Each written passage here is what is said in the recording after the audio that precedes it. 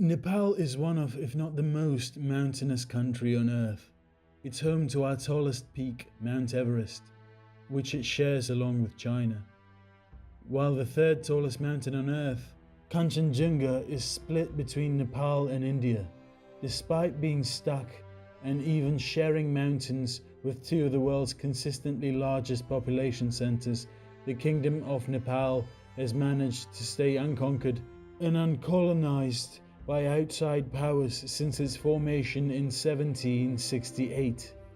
With the shield provided by the Himalayan mountain range, the Nepalese have used their terrain to stave off any would-be subjugators. This observation leaves us with a few questions, namely, how could any army conquer such a harsh land as this, and who created and unified Nepal into the country that we know today? All this and more will be answered as we examine the life of Prithvi Narayan Shah, the father of Nepal. Even before the birth of this great unifier, his life was endangered by his own eagerness to enter this world. His mother, a woman of noble birth named Kaushalyavati, was the second and favorite wife of King of Gurkha, a man named Narbopal Shah. The kingdom of Gurkha sat precariously in the middle of 54 constantly warring minor Nepalese kingdoms.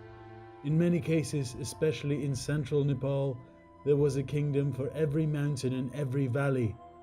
From the outside, Gurkha was just another petty kingdom in hills of turmoil and division. At the age of 5, Prithvi Narayan Shah would begin his education. This task fell to the two court astrologers at the Gurkha royal palace. These two gurus tutored the young prince in reading, writing, mathematics, history, and astrology, the latter of which was a subject of utmost cultural importance to the Nepalese, as being able to read the stars provided valuable insight on day-to-day matters, harvest seasons, and even warfare. In conjunction with his worldly education, Prithvi was also raised as a follower of Hinduism. The kings and the kingdoms of Gurkha were one of the northernmost lands that followed the many gods of Hinduism that are closely associated with Nepal's southern neighbor, India. This is an important note to make, as the 54 Hindu kingdoms of Nepal were cut off from the rest of the Hindu world by the Muslim Mughal Empire. This foreign empire had established a strong foothold in northern India for the past century and conquered nearly all of the subcontinent by the time Prithvi was born. The other two neighbors of these 54 split Nepalese kingdoms included the semi-autonomous Tibet to the north, which had recently fallen to another foreign power, this one being the Chinese Qing dynasty. The final and perhaps most ambitious neighbor of Nepal was another foreign invader, to the southeast in what is now modern-day Bengal. Here, the conqueror was none other than the British East India Company. One day, all of India, Pakistan, and Bengal would become the crown jewel of the British Empire. But for now, the sea-based empire had started its conquest by threatening the many waterways of the Bengal Delta, including the mighty Ganges River.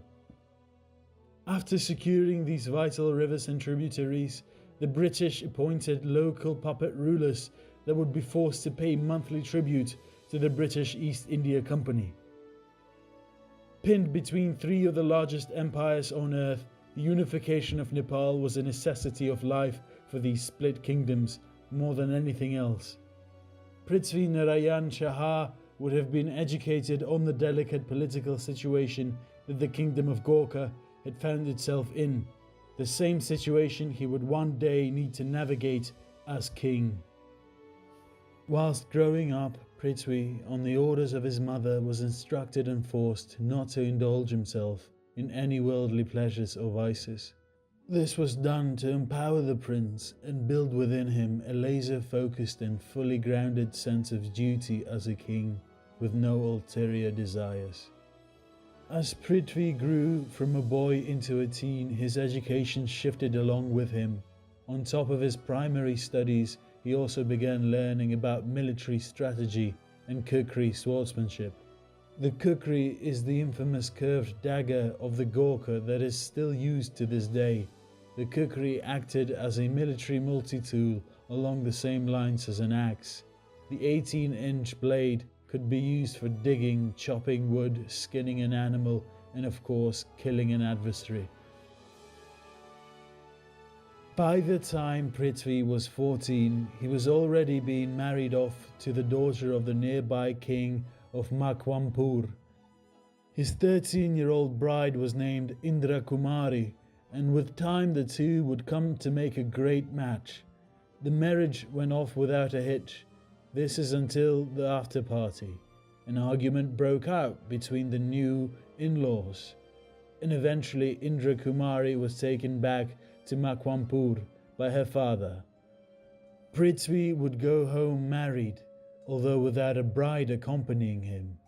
The king of Makwampur only agreed to fully give his daughter's hand away when Prithvi inherited the kingship of Gorkha from his father. After this confusing and slightly failed marriage, Prithvi would return to his princely training. The reason for this post-marital conflict may have arisen from the ambitions of Prithvi's father, King Narambupal Shah. In 1737, after the halfway failed marriage, Narumbupal declared war on the kingdom of Kathmandu and claimed the territory and the city of Nuwakot as his own. Named after their capital and the modern-day capital of Nepal, the kingdom of Kathmandu managed to fight off the Gorkha invasion, pushing Narumbupal back to the domains of his own kingdom. After watching his father's campaign turn into humiliation, Prince Prithvi made a life goal to complete what his father could not.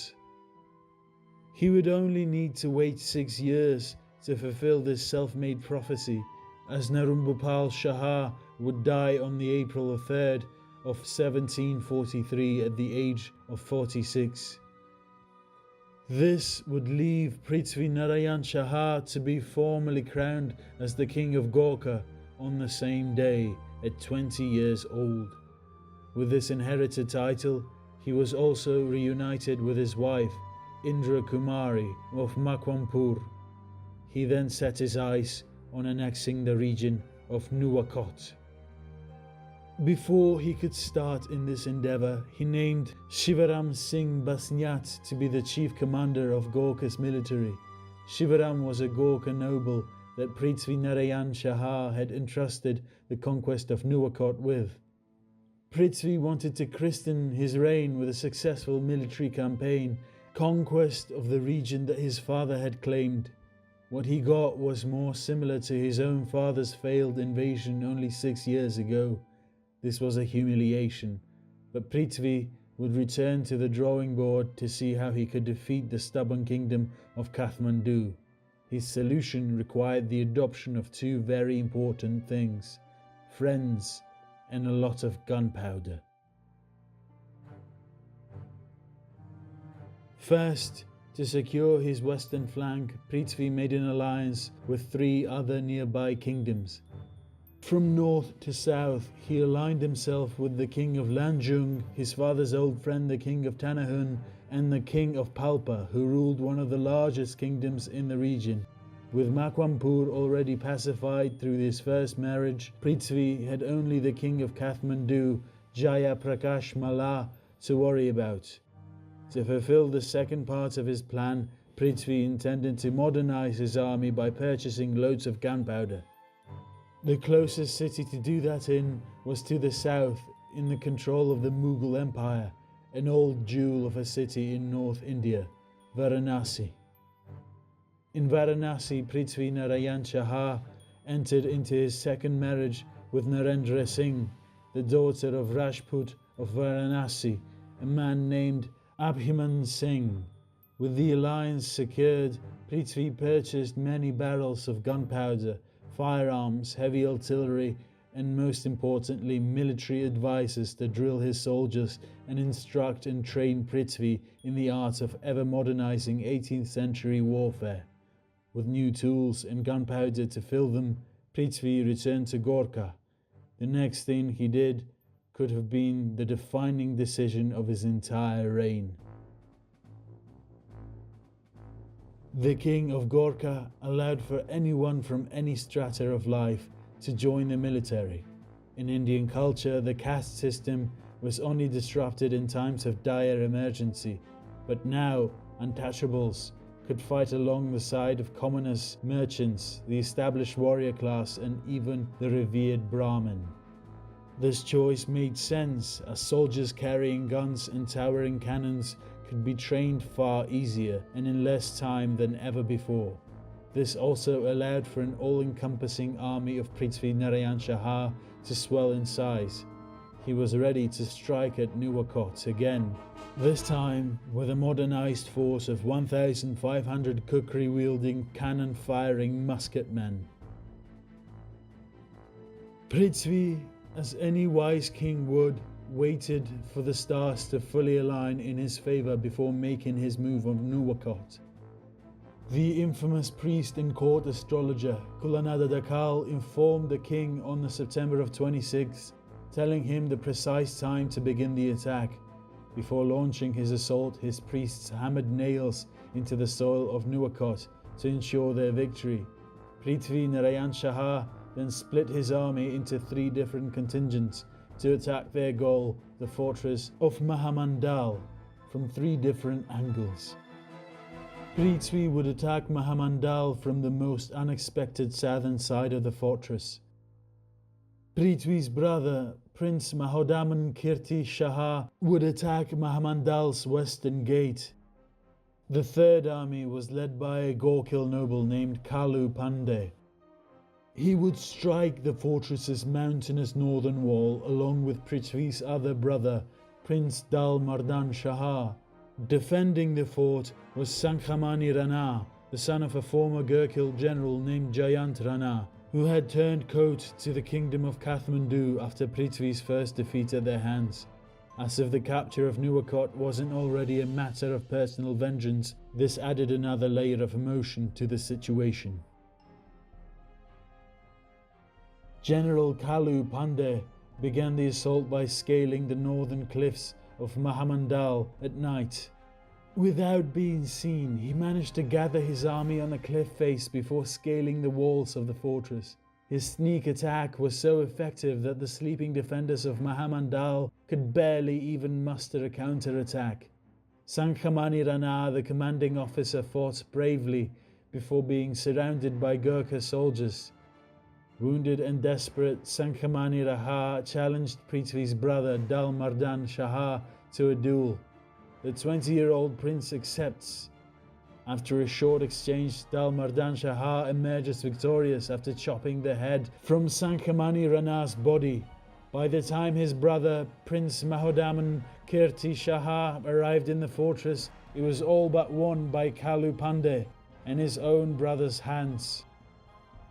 Prithvi Narayan Shah was about to begin his very own assault on Mahamandal when a messenger arrived at his feet stating that the fortress was already taken. Surprised but not yet fulfilled, the king decided the time was right to march on the city of Nuwakot itself. The grand city was one of the gateways to Nepal's most prosperous lands, the valley of Kathmandu. On the 1st of October, the fort fell quickly to Prithvi, their defenders running to the last remaining nearby fort. This last stronghold in the region of Nuwakot was Belkot Fortress and was currently under the command of Jayant Rana, the father of the beheaded Sankhamani Rana and betrayer of Prithvi Narayan Shah.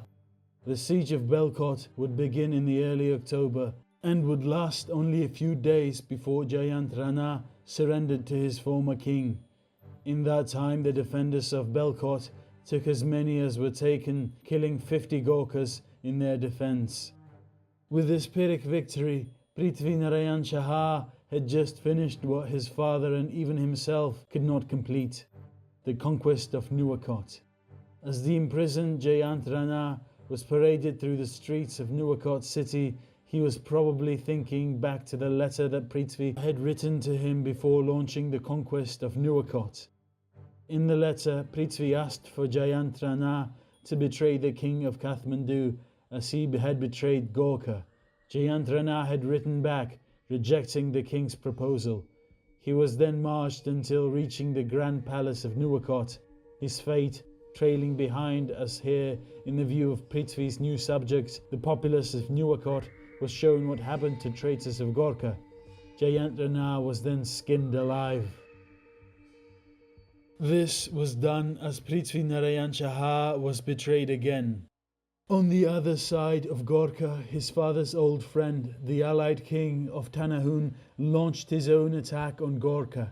The king of Tanahun had preemptively guessed that Prithvi would be defeated again at Nuwakot. He was wrong, and now the young king of Gorkha was coming for him. Prithvi turned his army around and pushed back the invading force of Tanahun. Prithvi then invades Tanahun in his own turn. In a short month, he annexes the kingdom and captures the king of Tanahun, imprisoning him for the rest of his life. In a 2-for-1 deal, Prithvi Narayan Shaha had just doubled the domain of Gorkha. In the next year, he would be forced to protect these gains. The king of Kathmandu, Jayaprakash Malla, gathered an army and hired a new general to dislodge the Gorkha from Nuwakot. Commanding the defense of Nuwakot was the chief commander of Gorkha's army, the aged Shivaram Singh Basnyat. Despite his age, he marched to meet the army of Kathmandu. At the ensuing battle of Sangha Chowk, the Gorkha were defeated, with Shiravam Singh Basnyat perishing in the combat. After the lost battle, Gorkha reinforcements arrived in the area and drove back the armies of Kathmandu. This loss left Prithvi Narayan Shaha without a wise counsel of Shivaram Singh Basnyat, a man that the king had known since he was a boy. It also left an empty spot at the head of his military in need of filling. Who better for the job than the hero of Mahamandal fortress, Kalu Pandey?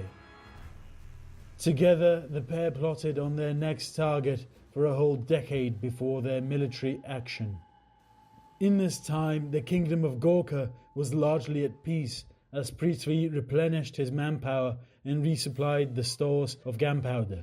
This was only the calm before the storm that would unify all of Nepal. The next target was not the already beaten kingdom of Kathmandu, as one might expect, but their southern neighbour, the kingdom of Patan. In 1757, a Gokhale army under the leadership of Kalu Pandey and Prithvi Narayan Shaha invades Patan. While attempting to occupy a town near their border, Kalu Pandey and the king are ambushed by enemy forces. Under the leadership of a Patani noble, Kalu Pandey is killed while assaulting the border town. The Gokhale army begins to run while the Patanis chase the retreating men. Prithvi, with his army now on a full-scale route, dresses himself in the robes of a wanderer and pretends himself to be a travelling holy man to evade capture. Prithvi barely escapes back to Gorkha. Nearly half of his army could not say the same. A serious defeat. The 10 years of planning had gone to waste, and there was the death of Kalu Pandey to top it off. Prithvi went back to the drawing board, appointing the son of his previous lead commander to replace Kalu Pandey. His name was Abhiman Singh Basnyat, and he would lead Gorkha's armies even after the death of King Prithvi Narayan Shaha. Alongside to help this young head commander was the various brothers of Prithvi, who all seemed to be competent soldiers alike. In 1763, a plan was developed to fully surround the lush Kathmandu valley that the kingdoms of Patan, Kathmandu and Bhaktapur rested in. Then, after surrounding and cutting off the trade of these three kingdoms, he would starve out the most prosperous region in Nepal. The plan seemed sound, but required Prithvi to commit his own brand of betrayal. To surround the Kathmandu Valley, he would need to invade the kingdom of Makwampur, a feat that could only be accomplished by fighting the brother of his first wife. Prithvi and his brothers commanded the armies as they overran Makwampur. The Gorkha encircled their first enemy that King Digbardan Sen could muster, with the king only narrowly escaping. The king of Makwampur retreated to the mountain pass fort of Hariharpur that could block the Kathmandu Valley to the south. Prithvi and the army of Gorkha defeat the king again and take Hariharpur. The kingdom of Makwampur was now firmly in Gorkha's hands. The retreating king, with nowhere left in his own lands to run, sought help from the nearby ruler of Bengal. Mir Qasim, the Nawab of Bengal, was the British East India Company's appointed puppet ruler in the region. When the king of Makwampur professed and told Mir Qasim of Prithvi's invasion, he decided to lend a hand. He sent a force of 3,500 Muslim Bengali soldiers in an attempt to dislodge the expansionist king of Gorkha. On January 20th of 1763, an army led by Gurgin Khan of Bengal was attacked and routed by the Shah brother-led army of Gorkha. Not long after this battle, Mir Qasim would be overthrown by the British East India Company. Prithvi was now the first Gorkhali king to defeat a non-Hindu country in battle, and he beat one that was supplied by the British Empire. In the same year, Prithvi and his armies ventured to the mountainous north of the Kathmandu Valley. The extreme peaks in this region meant that there was no established hereditary monarchy that ruled more than just a few hilltops, making this occupation far easier in cutting off the Kathmandu Valley from their lucrative trade with Tibet. Going east still, Prithvi's army takes the kingdom of Dolakha. The Kathmandu Valley was now completely cut off from the rest of the world. The mountains that once protected this fertile land were made its own prison. A blockade on a tremendous scale had just begun. The Gorkhas blocked all trade and hanged any blockade runners from trees. The three valley kings appeared in a hopeless spot. King Prithvi, as seems to be a theme, decided to press his advantage, perhaps a little too far.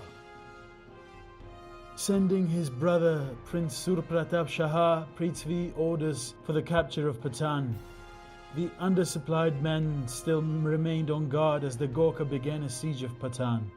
After multiple assaults, the Gorkha were driven back from the walls each attempt they made. In the last assault, Surpratap Shah is shot in the eye by an enemy arrow. Miraculously, after losing his eye, the prince had survived the wound. For the second time, Prithvi had been defeated by the men of Patan. The king then returned to his blockade. He could be patient with his conquest, as it was he who was now in control of what came in and out of the mighty Kathmandu Valley. Prithvi starved the three kingdoms out for the following 3 years until 1767. In this year he sent his army under his now one-eyed Prince Surpratap Shah to the walls of Patan, in hopes of redeeming his previously failed attempt, and with 10 more years of experience since the first assault of Patan that resulted in the death of Kalu Pandey. The third siege of Patan began. Fearing that Patan was to fall, the king of the city sent word to his neighbouring valley kings. These three monarchs, once rivals, were forced together by the mighty Prithvi Narayan Shah and banded an army together strong enough to compete with Gorkhali might. Surpratap Shah defeated the coalition army with relative ease. For the three kings of Kathmandu Valley, this defeat was their last chance at not becoming conquered by Gorkha. Demoralized nobles from these three kingdoms began defecting to Prithvi Narayan Shah, among them being the same commander that had defeated and as a result killed Kalu Pandey all those years ago. This general opened the gates of Patan to the men of Gorkha. The king of Patan would manage to retreat to the kingdom of Bakhtampur before his capture. To punish Bhutan for its decade of resistance and to disfigure the city that had disfigured his own brother, Prithvi Narayan Shah ordered for all of the ears and noses of every inhabitant in sight to be cut off. On that day, thousands of men, women and children were cut by the kukri of the Gorkha.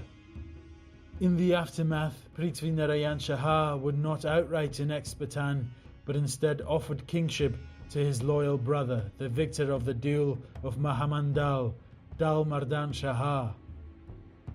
Finally, after years of attempts, Prithvi had started his conquest of Kathmandu Valley. He had his first victory and only 2 kingdoms remained. His next target would be the former owner of Nuwakot, Jaya Prakash Malla, in the city of Kathmandu itself. Jaya Prakash Malla was no fool, however, and knew the king of Gorkha could not be defeated by him and his Bhaktapur ally. He wrote to the British East India Company, informing the British of the fate of Bhutan and pleading for assistance. The British in turn wrote to Prithvi Narayan Shah and ordered him to cease his blockade of the valley. Prithvi Narayan Shah didn't even write back. This forced the British to send an expeditionary force north to inspect the situation. Led by Captain George Kinloch, the expedition reached the fort of Sindhuli on November 6th of 1767. Sindhuli rested only 47 miles away from the city of Kathmandu. The British attacked the few Gorkha stationed inside the small fort of Sindhuli, but they were initially repulsed under heavy fire. After regrouping, Captain Kinloch launched another assault on this fort, this one finding more success as they took Sindhuli with minimal casualties. Far from their supply lines in Bengal, the British were promised plenty of food from Jaya Prakash Malla once reaching Sindhuli. The supplies were nowhere to be found as the king of Kathmandu had barely enough food for his own people. After waiting for resupply for a few days to no avail, Captain Kinloch returned to Bengal. Prithvi Narayan Shah had just ignored the British Empire, and it appeared by means of blockade he had won. The battle for Kathmandu city began on the night of September 25th of 1768. The attacking Gorkha split their army into 3. One of the forces was to be commanded by the experienced brother of King Prithvi, Prince Surpratap Shah. The other 2 contingents were to be led by the sons of Kalu Pandey, who had followed their family's military tradition. Once the Gorkhali began scaling the walls, the nobles of Jaya Prakash Malla began to take the side of Prithvi. After a short defense and the surrender of many, the city of Kathmandu falls to Prithvi Narayan Shah. Jaya Prakash Malla would retreat with a few loyal men to the city of the 6 Pradhans, Lalitpur. After the quick battle for the city, many citizens of Kathmandu awoke without even knowing what had happened. They were quickly informed as Prithvi Narayan Shah led a victory parade through the streets of Kathmandu. It is here, in front of his army and the citizens of Kathmandu, that the kingdom of Gorkha became the kingdom of Nepal. King Prithvi Narayan Shah of Nepal then named Kathmandu as his new capital city. Like the country that he had created, Kathmandu still stands as the capital of Nepal to this very day. During his coronation, celebratory gunshots were fired into the air. One gun malfunctioned and killed a son of the late Kalu Pandey, dampening the atmosphere of an otherwise joyous day. The city of Lalitpur, formerly under the control of Bhutan, was ruled over by a council of 6 men called the Pradhans. This was a long-standing tradition that Prithvi was here to disrupt. After a long siege and a few failed assaults, Prithvi decided to make a deal with the non-Pradhan nobles of the city, as it was them who had turned over the Kathmandu valley to him up until this point. After successfully coming to a deal with a clique of Lalitpur nobility, Prithvi orders for an assault led by his one-eyed brother Surpratap Shah. The city then falls without a fight to an army of 20,000 Nepalese. Again, Jaya Prakash Malla retreated. this time falling back to the last holdout city, Bhagatpur, joining the king of Patan. As for the 6 ruling Pradhans, they would be treated respectfully by King Prithvi. That is until he changed his mind and ordered them all to be killed and for their bodies to be dumped in a nearby river. Only one city stood between Prithvi Narayan Shah and the complete annexation of the prosperous Kathmandu Valley, Bhagatpur. The city was now home to the 3 once mighty valley kings. The siege began. The nobles, tired of blockade and war, betrayed the 3 kings and opened the gates of Bhagatpur on the night of 25th of November of 1769. Little did they know the repercussions. The Nepalese army entered and in a final show of dominance looted and burned Bhagatpur, killing 2,000 civilians and burning at least 500 houses to the ground. Finally, the 3 kings of Kathmandu Valley were all cornered with nowhere left to go. Jaya Prakash Malla, the longest standing rival of Prithvi Narayan Shah, was killed by a bullet whilst fighting in the defence of the city. The king of Patan was brought to him in chains, wherein he would remain a hostage for the rest of his days. For the king of Bhagatpur, Prithvi Narayan Shah had a rare sympathy for the 66-year-old Ranajit Malla. The final king of Bhagatpur was then exiled from the newly created kingdom of Nepal. In sorrowful retribution, Ranajit Malla composes what would become a popular Nepalese folk song expressing his melancholy last look at his homeland of the Kathmandu Valley. The near 15-year-long plan to conquer the Kathmandu Valley and create the unified kingdom of Nepal was now complete. The price Prithvi paid was steep and included Kalu Pandey, one of his sons, countless men, and the eye of his brother who led much of the campaign, Prince Surpratap Shah. The cost, though heavy, was worth it, as he had just laid the foundational block to a country that would last well after his death and survive all the way up to the modern day. After a decade-long siege of an entire valley, one might expect the king of Nepal to sit peaceful for a time while his people and the newly introduced people of the Kathmandu Valley, some without ears and noses, recuperated. The capture of Kathmandu only appeared to make Prithvi Narayan Shah even hungrier to unite more land into the newly created Nepal. To command his armies, he again sought help from his one-eyed brother, Surpratap Shah. The war-weary prince had seen too much warfare, however, even with only one eye, and declined the order of his older brother. An argument broke out between the two, and the king Prithvi of Nepal exiled him to his westernmost territory of Tanahun. Eventually, Prithvi Narayan Shah would order for his execution, as his generalship and displeasure at him made him a danger to Prithvi. The Limbuwan Nepalese War would break out on August 29th of 1771, as 2 Nepalese armies invaded Limbuwan, one from the north of Nepal and the other approaching from the south. The northern army was led by a Gorkhali noble named Ram Krishna Kunwa, a man whose descendants would go on to give the Shah rulers of Nepal headache after headache. The southern army of Nepal was under the command of Abhiman Singh Basniat, the son of Shiravam Singh Basniat, who was Prithvi Narayan Shah's first lead commander of his armies.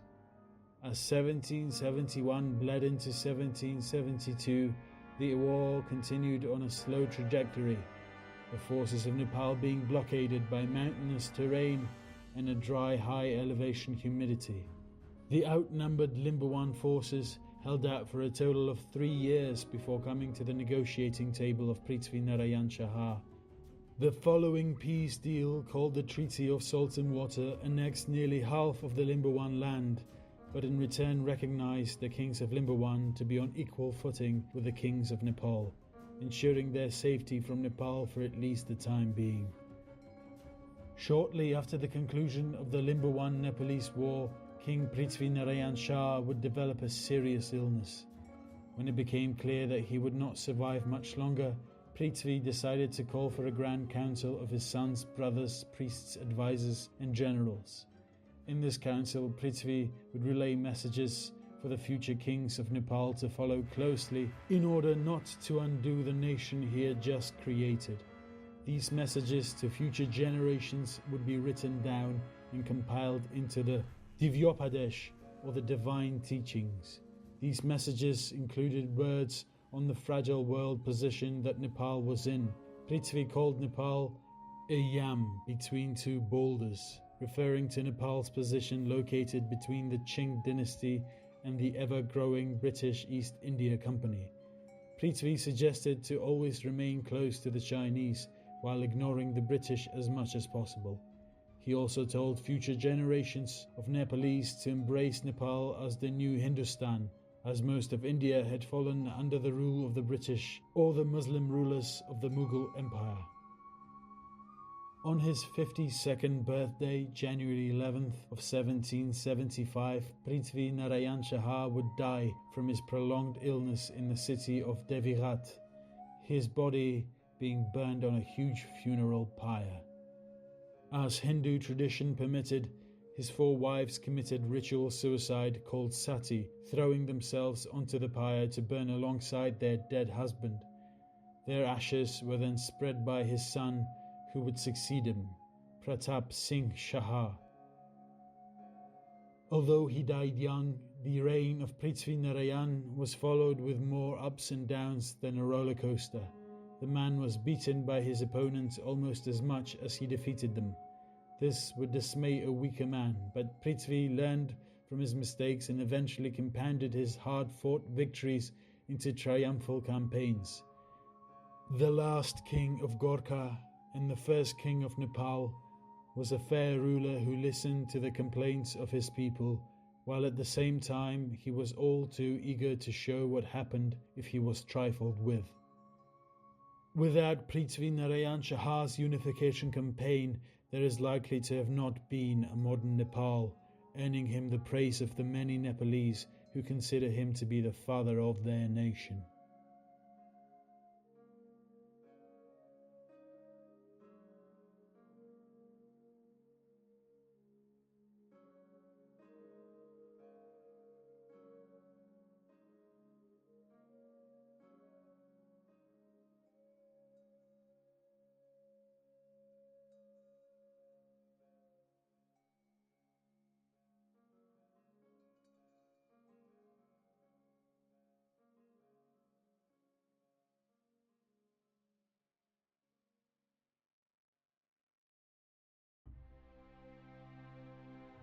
Pratap Singh Shah was born on April 16th of 1751 as the eldest of 3 sons by his father, King Prithvi Narayan Shah, and his second wife, Naryandra of Varanasi. Prithvi had chosen to marry Naryandra on the basis that he would receive the rights to purchase gunpowder and weaponry from her father's city of Varanasi. With this extra firepower, King Prithvi began a conquest of the Kathmandu Valley and beyond to create the Kingdom of Nepal. Considering the circumstances of his parents' marriage and his father's own conquering nature, one might expect Pratap Singh Shah to be born as a natural warrior king. However, the opposite would prove to be true. Pratap would have spent his early life in the Gorkha royal palace until his father declared himself to be the king of Nepal and moved the royal residence to his new capital in Kathmandu when Pratap was 16. Likely, at the age of 18, Pratap Singh Shah was married to a princess of Palpa, securing the continuation of an alliance between the king of Palpa and Prithvi Narayan Shah. As the crown prince grew into a man, he was taken on several campaigns during the 3-year Limbuan Nepalese War.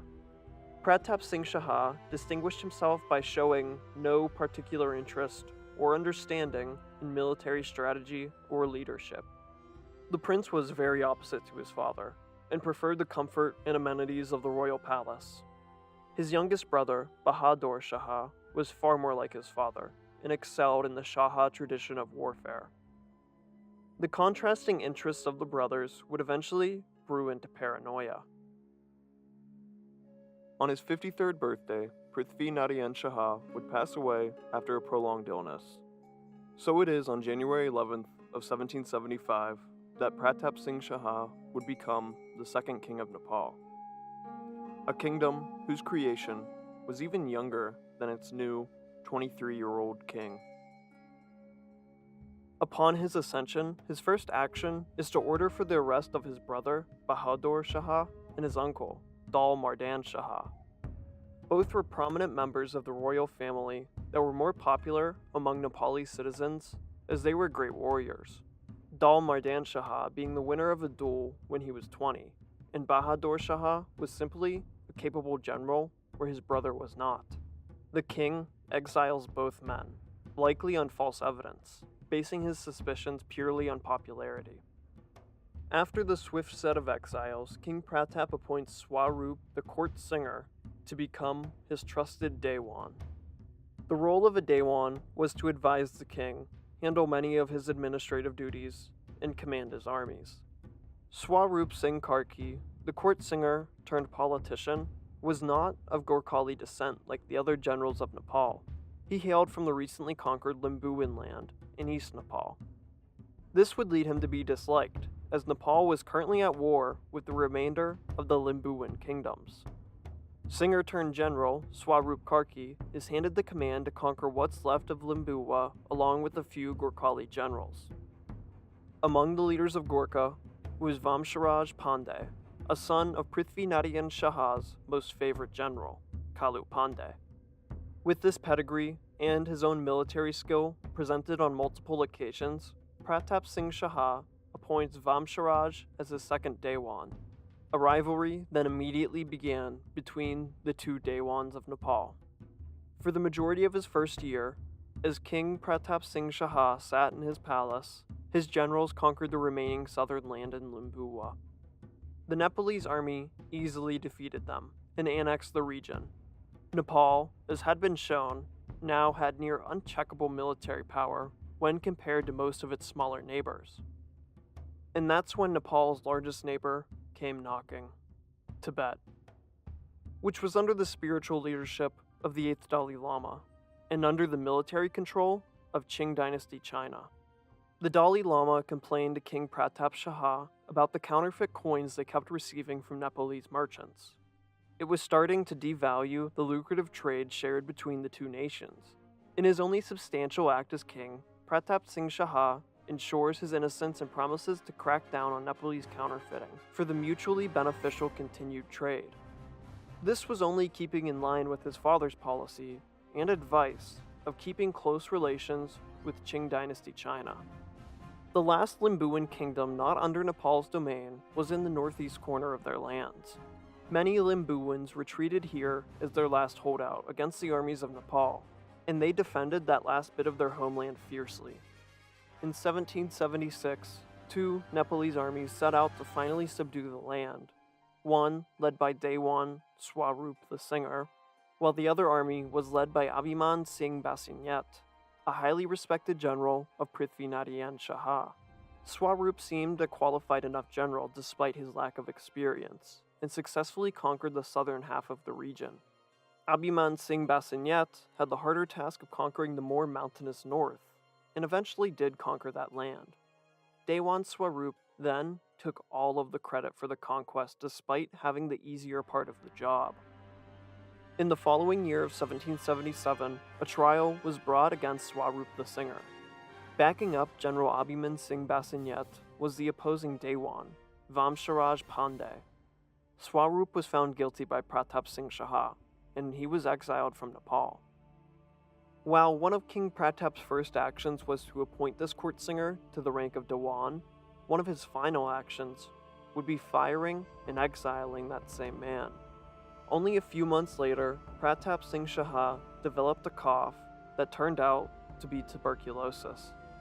He would die on November 17th of 1777, aged only 26, dying in the same place that he had spent nearly all of his reign in, the royal palace.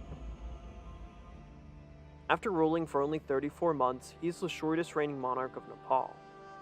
With the exception of King Dipendra, who had massacred his whole family in 2001, before shooting himself in the head and becoming the king of Nepal while in coma for 4 days before dying. Pratap Singh Shah's only real impact on Nepalese history was his early death, as the throne of Nepal would be passed on to the eldest of his 3 infant children, the 2-year-old Rana Bahadur Shah. At the funeral pyre of Pratap Singh Shah, his first wife, and mother to their children, did not throw herself onto the flames as Hindu tradition permitted. This she did so her 3 newborns would not have to grow up parentless. A plausible enough reason to not burn yourself to death, but one in violation of Nepal's very religion. As if this was not enough, Queen Rahendra then becomes acting regent for her 2-year-old son.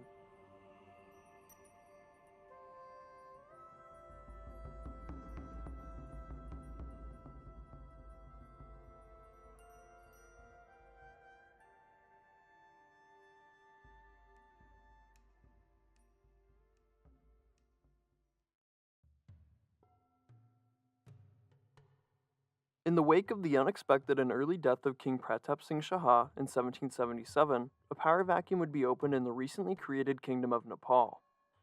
A power vacuum that would be filled by controversial regents, court politics, and war.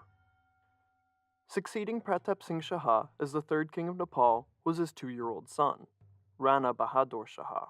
A long regency of 17 years would need to be put in place until the infant king came of age.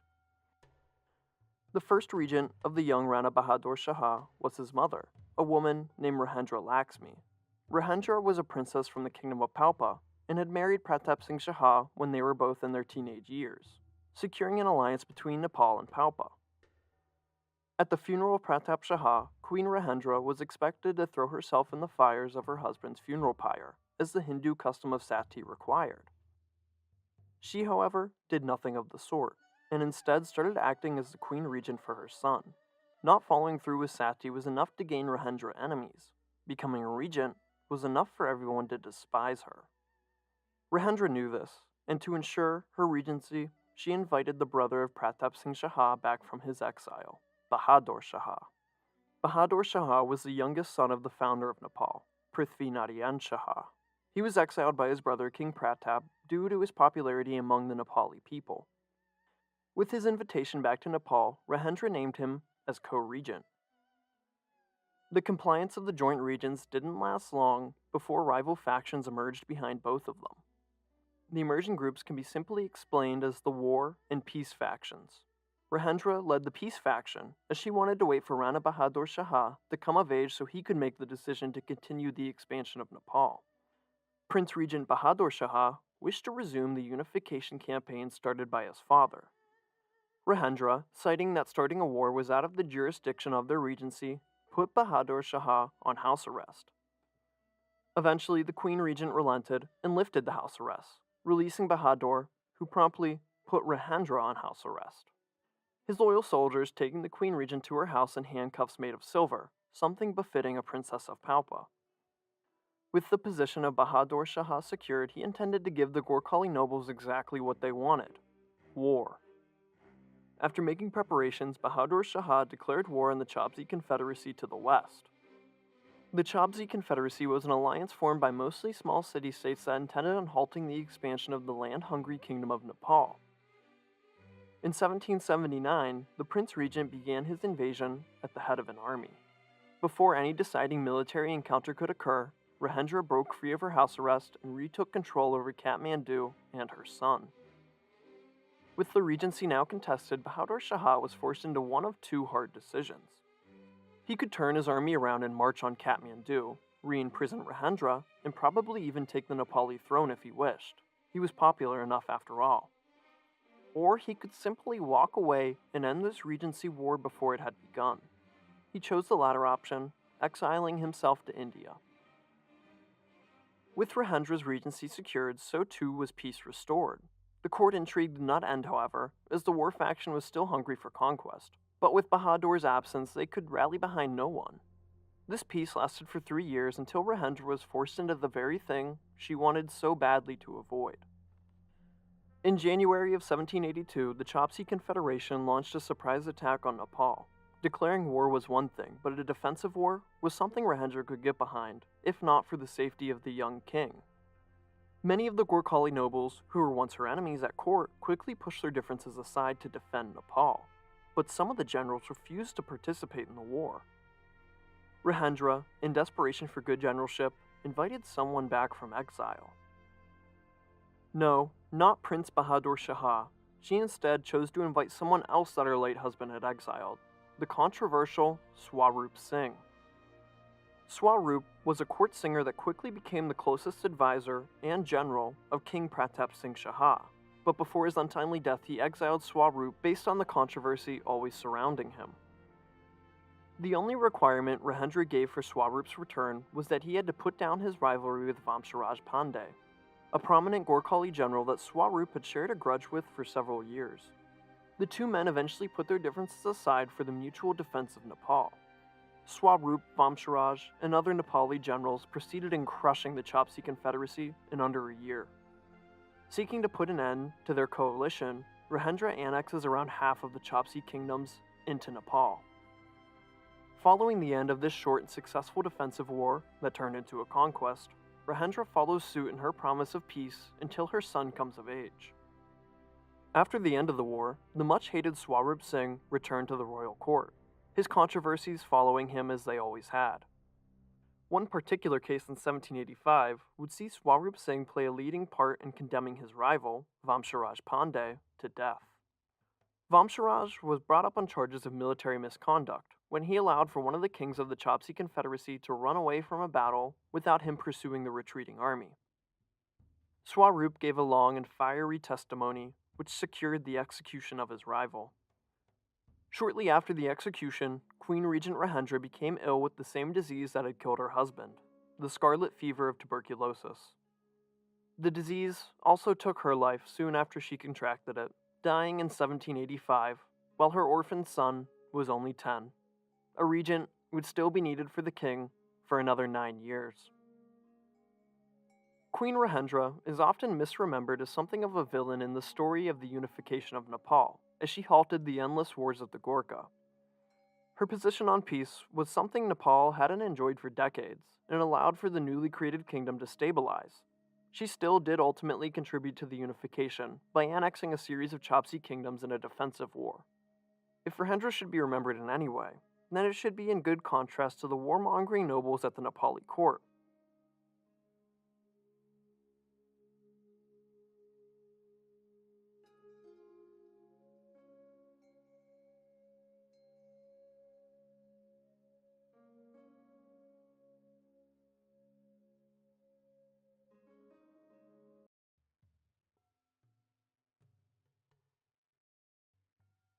The year is 1785. Prince Bahadur Shah, a man on his second exile from his homeland, the Kingdom of Nepal, has just learned of the death of his rival, Queen Regent Rajendra Lakshmi. They once shared the regency, but this agreement quickly fell into shambles. With her death, her son, the 10-year-old Rana Bahadur Shah, still had 9 more years left until he came of age. In the meantime, a regent would need to handle the king's affairs for him. And who better suited for the job than his uncle and previous regent, Bahadur Shah? The prince returned from his exile and took the mantle of regent. His first act was to order for the execution of Swaroop Singh, a troublesome court singer who had always caused disruption at the Nepali court. From here, Bahadur marries a relative of Rajendra Lakshmi, a princess from the kingdom of Palpa, ensuring the continuation of an alliance. With this annoyance put to rest, and an alliance secured, Bahadur restarted what Rajendra had put on hold, the unification campaign of Nepal. The Prince Regent issues an ultimatum to the kings around him.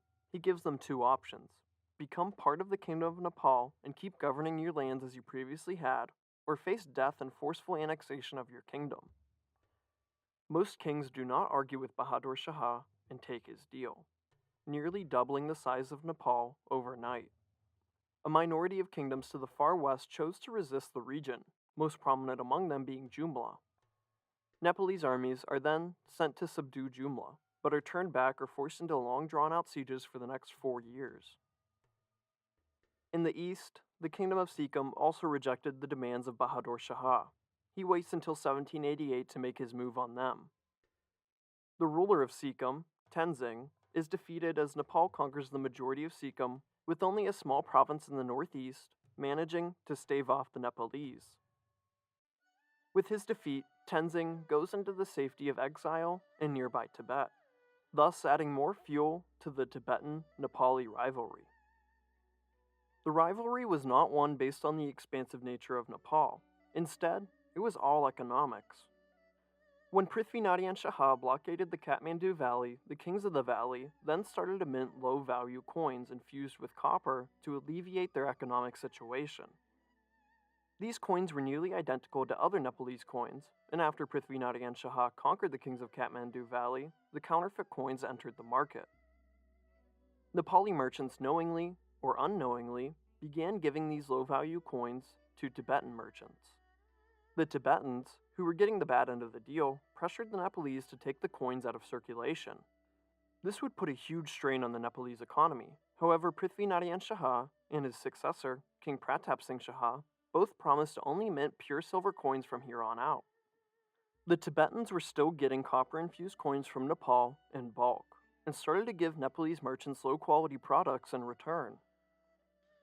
They were given silk of poor quality, and in a more serious matter, Tibetan merchants began mixing pebbles into the salt they traded with Nepali merchants. Himalayan salt from Tibet was Nepal's main source of the mineral that acted as the best way to preserve food. Without salt, Nepal could enter a famine in no time. The situation was only exasperated when Bahadur Shah allowed for the fugitive Panchen Lama to seek asylum in Nepal. The Panchen Lama was the second most important man in Tibet. The job of the Panchen Lama was to seek out the next reincarnation of the Dalai Lama, who was the spiritual and political leader of the Tibetans. In 1788, Bahadur Shah sent a diplomatic mission to Tibet, with hopes of putting these issues behind them in order to continue the lucrative trade shared between the two lands. The diplomats came back empty-handed. Bahadur Shah intended to show the Tibetans what it really meant to get a bad deal from the Nepalese. The Prince Regent declared war on Tibet, as Nepalese armies began flooding over the border. The 8th Dalai Lama, Jamphel Gyatso, sent out for his generals to push back the invasion, but they only found defeat. Over the next year, the Nepalese went deep into Tibet, plundering rich monasteries and raiding towns who did not pay them off. Tibet was not a fully independent state, but a tributary state of the Chinese Qing Empire. The 8th Dalai Lama attempted to contact his overlord, the powerful King Long Emperor. The King Long Emperor responded by sending an army into Tibet. By the time that the Chinese army arrived, the 8th Dalai Lama was already pressing for peace talks. The Qing general decided not to restart the conflict, but instead stay in Tibet until peace was fully restored. Peace talks were held at the Tibetan city of Kairung, near the Nepali-Tibetan border. The subsequent 1789 Treaty of Kairung would end the war. Nepal had won and demanded from Tibet compensation for damages inflicted during the war, and a yearly tribute. In exchange, Nepal would return all land they had conquered in Tibet. The Tibetans paid their tribute to both the Nepalese and the Chinese in the following year of 1790. However, in 1791, no payment was given to Nepal, giving pretext to invade Tibet once more.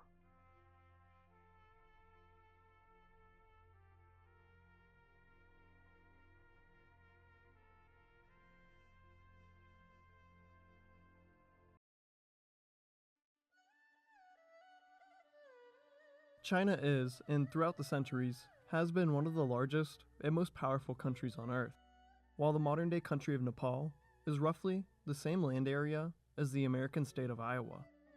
So how did this tiny country, tucked away in the Himalayan mountains, match and almost manage to defeat the Chinese Qing dynasty? That is what we will find out today as we take a look at the Sino-Nepalese War. Our story starts in 1789, at the end of the Tibetan-Nepalese War. Nepal had invaded Tibet over a trade dispute, and had sorely defeated the Tibetans multiple times over the course of a year. At this point in time, Tibet was a tributary state of the Qing dynasty, and they were supposed to send military aid to support their vassal state. But it arrived too late, with the war already drawing to an end. A peace treaty was signed where Tibet would send an annual tribute to the Kingdom of Nepal, and for a time, peace was restored between these two lands. With this trade dispute settled, the Kingdom of Nepal returned their full attention back onto the Kingdom of Jumla. At this time, Nepal was ruled under the regency of Bahadur Shah, the uncle of the King of Nepal, Rana Bahadur Shah, who was at this time too young to rule the kingdom alone. The Kingdom of Jumla, who had resisted to peacefully join the Kingdom of Nepal in 1786, was finally taken in 1789, thus eliminating Nepal's biggest roadblock in their unification campaign. In the following year of 1790, the small and surrounded kingdoms of Bujara and Dula were also conquered by the Gorkha of Nepal. In that year of 1790, Tibet followed suit in their treaty and gave Nepal a handsome tribute. The Nepalese used this newfound cash to fund their continued campaigns in the west, this time conquering the kingdom of Kumaon by early 1791.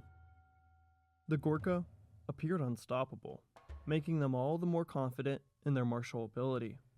In 1791, the Prince Regent, Bahadur Shah, waited for his annual tribute from the Tibetans. It never came, prompting the Nepalese to pay a visit to Tibet once more. In the summer of 1791, Nepal began the invasion. Focusing their attack on eastern Tibet, they raided rich monasteries still recovering from the last invasion.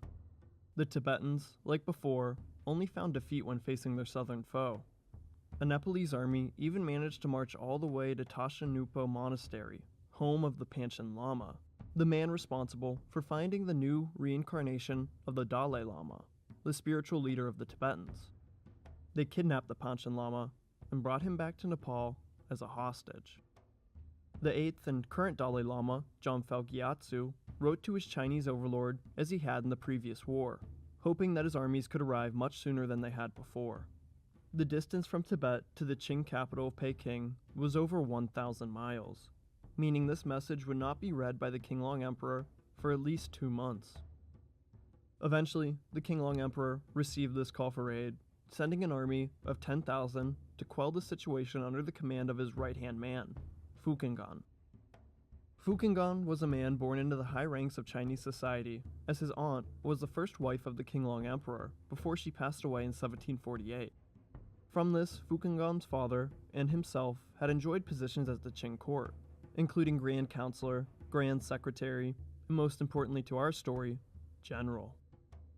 Fukingan marched his army over 1,000 miles in the same 60 days that it would take a team of couriers to reach Tibet. When he arrived in 1792, he offered the Nepalese a chance to avoid conflict with the mighty Qing Empire. He demanded that the Nepalese invaders return all the loot they had taken while raiding Tibet, including the hostage Panchen Lama. Prince Bahadur Shah refused, signifying the start of the Sino-Nepalese War. In what seemed to be no time, the Qing army, with assistance from the locals, reclaimed Tibet from the Gorkha. With the Nepalese forced back into their kingdom, the generals prepared, for what seems to be the first time, a defense. The Qing army marched on the heart of Nepal. Their goal was the city of Nuwakot. Controlling this vital city, and fort that accompanied it, meant that the Qing could cut Nepal in half. Just as Prithvinarayan Shah chose Nuwakot as his first campaign, so too did Fukingan. After a bloody siege, the Nepalese were outnumbered, and Nuwakot was overrun by the Qing army. From here, the Nepalese defense shifted into the Kathmandu Valley, blocking off their stronghold and capital. This they would protect at all costs. When the newly conquered or peacefully integrated kingdoms learned of the Nepali defeat at Nuwakot, some of them took the opportunity to revolt against the rule of Bahadur Shah, namely the recently incorporated Jumla and Kumaon in the west. To the east, the king of Sikkim, Tenzing, also took advantage of the chaos and attempted to restore his kingdom's lost borders. The Kingdom of Nepal was now in the midst of a three-front war. Prince Regent Bahadur Shah saw the dire straits ahead of him.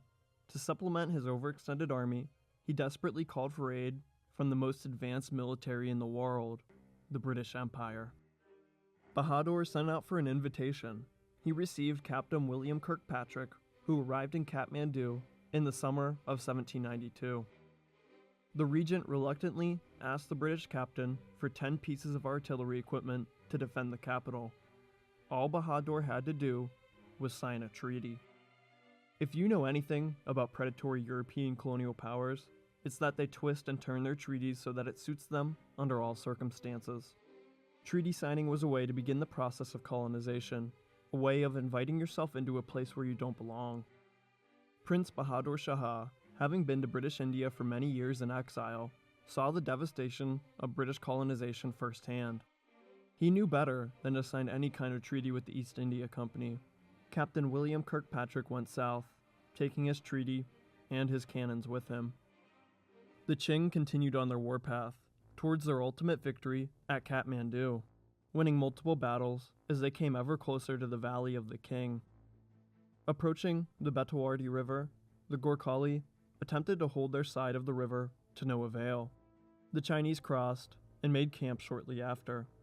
All was peaceful that night, until a giant hooved devil, made complete by flaming horns, ran amok through the camp.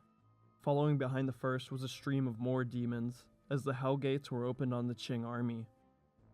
The Gorkhali army, defending the Betawarti River, was defeated, but not yet subdued.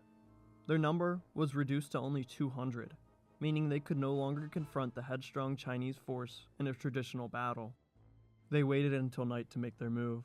Tying flaming torches to the horns of their bison, the Gorkhali sent them loose on the Chinese army.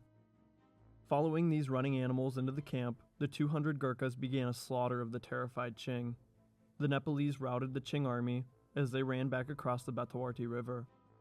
Their tactics might be frowned upon by animal rights activists, but 200 men just routed a whole 10,000-man army. Fukingan, who was previously unbeatable, regrouped his battered army and marched towards the Betawarti River once more. The Qing crossed the river, this time facing no obstacle of flaming cows. Just beyond the Betawarti River was 3 forts, blocking the entrance to the Kathmandu Valley. These forts were heavily reinforced and under the overall command of General Damodar Pandey.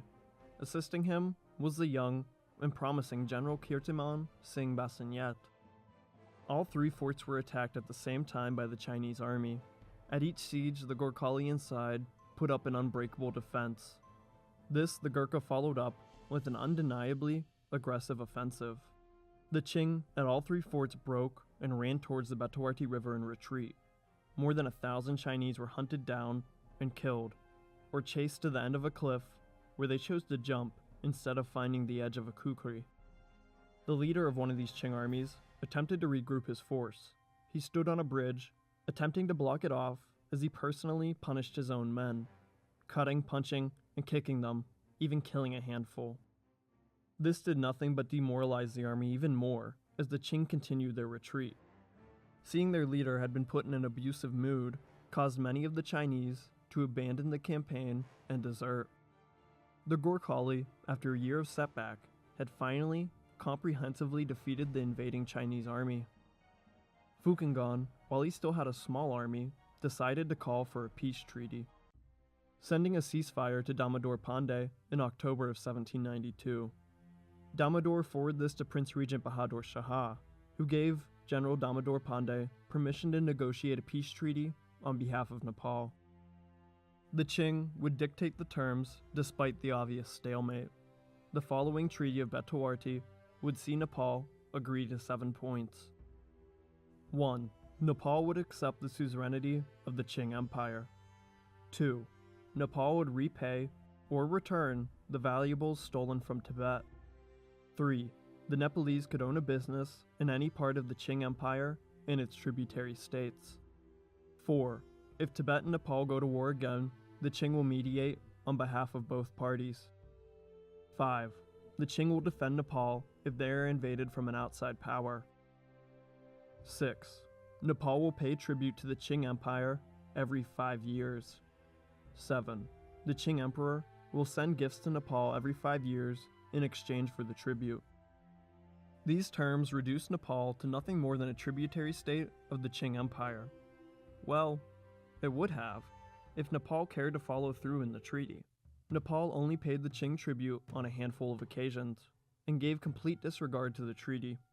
The Chinese, seeing the trouble was not worth the gain, did not respond to Nepal's ripping of the Betawarti Treaty. Shortly after signing the treaty, Nepal regained control over the rebellious western provinces and pushed Tenzing of Sikkim back to his reduced kingdom. The Sino-Nepalese War nearly saw the Gorkhali brought to their knees by the might of the Qing Empire. In the end, the Gurkha held their ground and pushed back the encroaching Chinese army, reducing the conflict to a stalemate. The Chinese could have continued the war, and with certainty, could have eventually defeated Nepal. But there is no telling what lengths the Gorkhali would go to defend the Kathmandu Valley.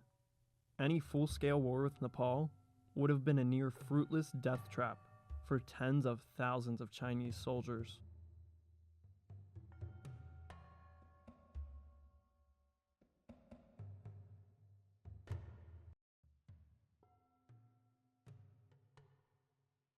Madman, tyrant, lovesick, ignorant. These are all words that could be used to describe the strange life of Rana Bahadur Shah, the third king of Nepal. Indisputably, his erratic emotions made him the worst king in Nepali history, despite holding on to power for only a total of 4 years. In this short time, his impact on Nepal would come to echo throughout the centuries, for all the wrong reasons. Rana Bahadur Shah was born on May 25th of 1775. He was the eldest son of King Pratap Singh Shah and his wife, Rahendra Laxmi. The barely speaking 18-month-old Rana would suddenly become the king of Nepal when his father died from tuberculosis in 1777. As a baby could not rule a kingdom on his own, his reign would be entrusted into the hands of 2 regents, his mother, Rahendra, and his paternal uncle, Bahadur Shah. The dual regency wouldn't last long until conflict arose between the 2 factions scrambling around them over the control of Rana. Ultimately, Rahendra would win the regency, as Bahadur Shah set off for exile in India.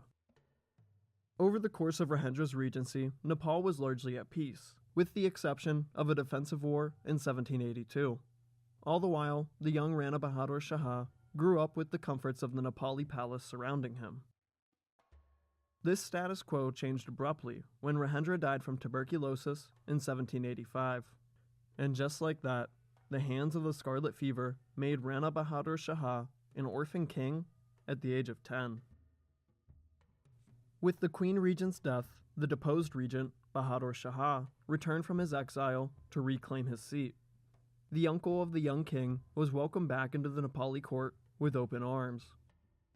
He immediately set forth in resuming the wars that the Gorkhali were so notorious for, unifying much of the small kingdom surrounding him, and even fighting a war with the powerful Qing dynasty of China. During this time, the young king was becoming a man suitable for strategic marriages.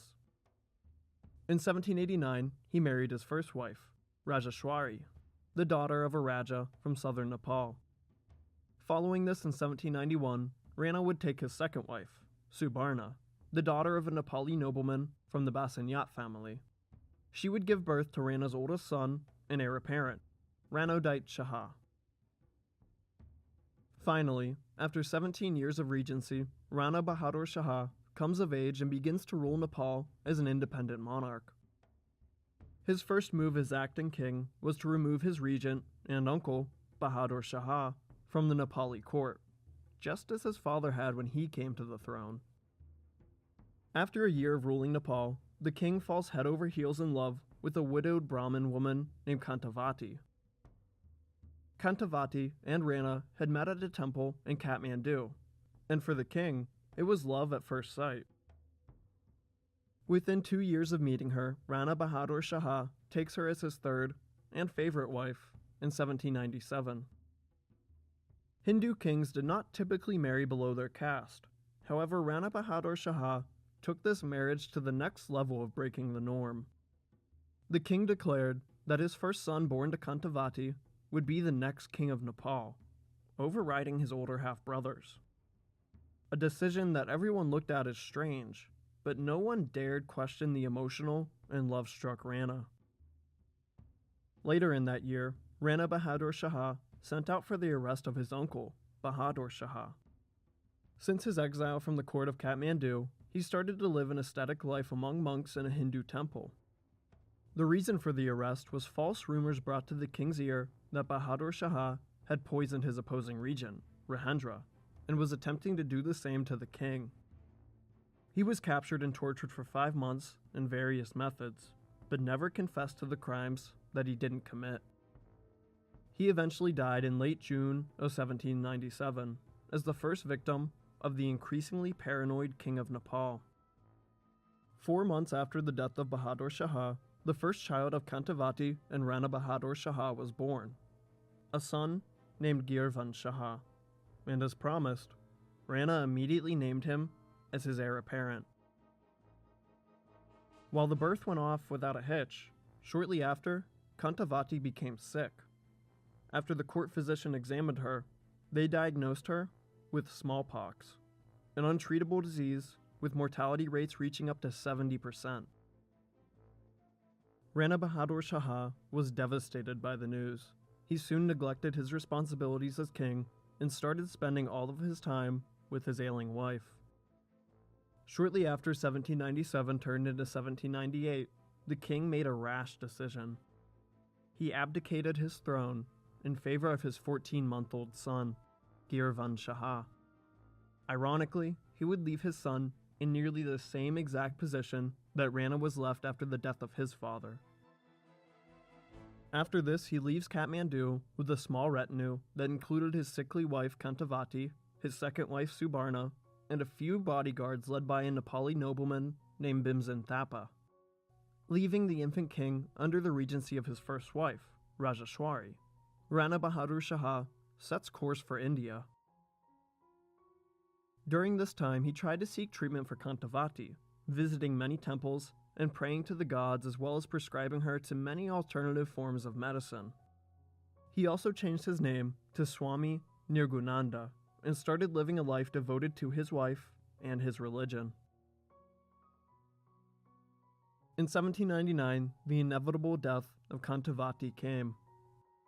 Rana Bahadur Shah quickly and fully descended into mania. He had a mental breakdown with her loss and started blaming the monks who had guided his new religious life. The words quickly turned into a fight as Rana beat the monks who refused to defend themselves before his bodyguards could pull him away. After this, he proceeded in vandalizing the temple, knocking over statues and throwing priceless artifacts at the monks. After regaining his composure, Rana returns to the royal court at Kathmandu. He fully expected that everyone would allow him to reclaim his seat as king from his son, but he couldn't have been more wrong. With the young Girvan Shah as king, the nobles could control him, and by extension, control Nepal through him. When Rana tried to reassert himself as king, the nobles said something along the lines of, "Actually, we listen to this baby now." The frustrated Rana remained at the Nepali court. He knew he was blocked from ever becoming king again. Instead, he pursued in trying to be the regent for his son. In 1800, the Nepali nobles agreed to a joint regency with Rana Bahadur Shah and the head of the military, Damodar Pandey. Just like in Rana's infant years, the joint regency didn't last long. Damodar Pandey, with the full backing of the military, removed Rana from his seat as regent and exiled him to India. Rana leaves Nepal for India, taking his first wife with him and his loyal bodyguard, Bhimsen Thapa, leaving his second wife in Kathmandu to take care of his son and in name share the regency with Damodar Pandey, even though all the real power still rested with Damodar and the other nobles. With his small retinue, Rana arrived in the British-controlled city of Varanasi in 2 months. Here, the deposed king was welcomed by the East India Company, but Rana was here for more than just an exile. He immediately tried to gain the support of the British army commanders, seeking to retake Nepal by force and with their backing. Strangely, the British declined his offer, as imperial interests wanted an independent Nepal to act as a buffer state between China and the British holdings in India. When the Nepali nobles got the news that their ex-king had made his new home in Varanasi, they started into negotiations with the East India Company. At the end of these talks, a trade treaty was signed with the British under one stipulation. The EIC had to hold Rana Bahadur Shah in an unspoken house arrest, never allowing him to leave Varanasi. Rana was ignorant to this at first, but after a few months, he had realized that he was nothing more than a prisoner. While the trade treaty would be mutually beneficial to both countries, some of the Nepali nobles despised the British and grew angered with Damodar Pandey. The exiled Rana wrote to these nobles feverishly, attempting to regain their favor through his words, finding success but not enough to return to his homeland. During his stay at Varanasi, Rana Bahadur Shah's spending habits could only be described as kingly, but without a kingdom to support his luxuries and only a small allowance given to him by Nepal, he took loans and entered into a massive and unpayable debt. Angered by her husband's incompetence and recklessness caused his first wife, Rajeshwari, to leave him. She returned to Nepal and soon gained support as she marched towards Kathmandu. Before she could reach the capital, the chief minister of Nepal, Kirtimang Singh Basanyet, was poisoned by Rajeshwari's supporters, opening the door for her to enter the court. She took back her regency, deposing her fellow wife Subarna and putting her on house arrest. Chaos now reigned at the Nepali court, as nobles switched allegiances on a whim. One of these factions was led by the brother of the assassinated Kirtimang Singh Basanyet, and in the wake of his brother's death he became the new chief minister of Nepal. Attempting to gain British support, he signed a treaty of commerce and alliance with the East India Company in 1802. The stipulations of the treaty required Nepal to pay off the debt of Rana Bahadur Shah, which had accumulated to over 80,000 rupees. Another requirement would see the first British resident in the Nepali court. Captain William Knox would arrive in Kathmandu later that year, adding more fuel to a court that had already engulfed itself in flames. William Knox wasted no time fitting into the court. In 1803, he was caught orchestrating a plot that would overthrow Rajeshwari and place Subarna back to her position as regent. When Rajeshwari learned of this treachery, she simply dissolved the whole government. In her new government, she placed loyal nobles in important positions of power, including Damodar Pandey, who would become the new chief minister. William Knox was in turn exiled from the court and given no voice. This was in direct conflict of the Treaty of Alliance and Commerce. Captain William Knox returned to British India soon after, as the treaty was annulled by the British. With her new government in power and a sense of stability finally returned to the Nepali, Rajeshwari would turn her full attention to military matters. In 1803, she declares war on Garhwal and sends the Gorkhali army on another of their great conquests. Garhwal, having allied themselves to Bouchar, bravely fought the Nepalese in a futile war for almost a year before they surrendered. They were then incorporated into what was becoming a Nepali empire. Back in Varanasi, Rana Bahadur Shah continued in his lavish spending habits. In 1804, the British commander of the city informed Rana that his house arrest was lifted, and that he was free to leave the city when he pleased. Excited by the news, he quickly started his return to Nepal. When Rajeshwari heard the news of her husband's return, she sent out an army to arrest him. When the army approached Rana and his few followers, they were met by an inspiring speech from their ex-king. Over the course of a few minutes, Rana Bahadur Shah flipped the army that was supposed to capture him onto his side. With this force, he marched on Kathmandu. Rana entered the city shortly after to much fanfare. He quickly installed himself with the new title that he had created, Mukhtiar. This position was at the top of the Nepali government, more powerful than a regent and even a king. This was a fateful decision that would have long-lasting impact on Nepal. Rana Bahadur Shah wasted no time getting revenge on those that had wronged him. He exiled his first wife, Rajeshwari, to a religious life in India.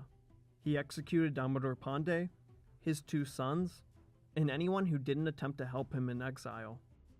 He arrests his cousin, the king of Palpa, executes him, and annexes his kingdom into Nepal. His cruelty and madness reached no bounds, as his vengeance brought fear to every noble in Kathmandu. In this power trip, he also takes a new wife, a relative of his loyal bodyguard Bimsin Thapa. As he killed nearly his entire court, he would replace them with members of this family, who he saw as his only loyal followers. For 2 whole years, the Mad King tortured and executed at will. Finally, in 1806, someone brought an end to this hysteria. Rana Bahadur Shah's brother and a group of fearful Nepali nobles captured Rana and did everyone a favor by beheading the madman. However, the madness that plagued Rana did not end with his life. 2 weeks after his death, his loyal bodyguard, Bimsin Thapa, would orchestrate a massacre of the Nepali nobles and the Shaha family. In total, 93 people would be killed, with the youngest being a 2-year-old. When the kukri was finally sheathed, Bimsin Thapa declared himself as the Mukhtiar. Nepal would be under his thumb alone for the next 30 years. Rana Bahadur Shah had a very troubled life. Being orphaned at 10 and at the center of multiple regency disputes, his unfortunate early years probably caused his later madness. While I am in no way excusing him for his actions, I can see why he went mad. When it was all said and done, his death triggered the murder of much of his family and doomed them from ruling Nepal independently ever again.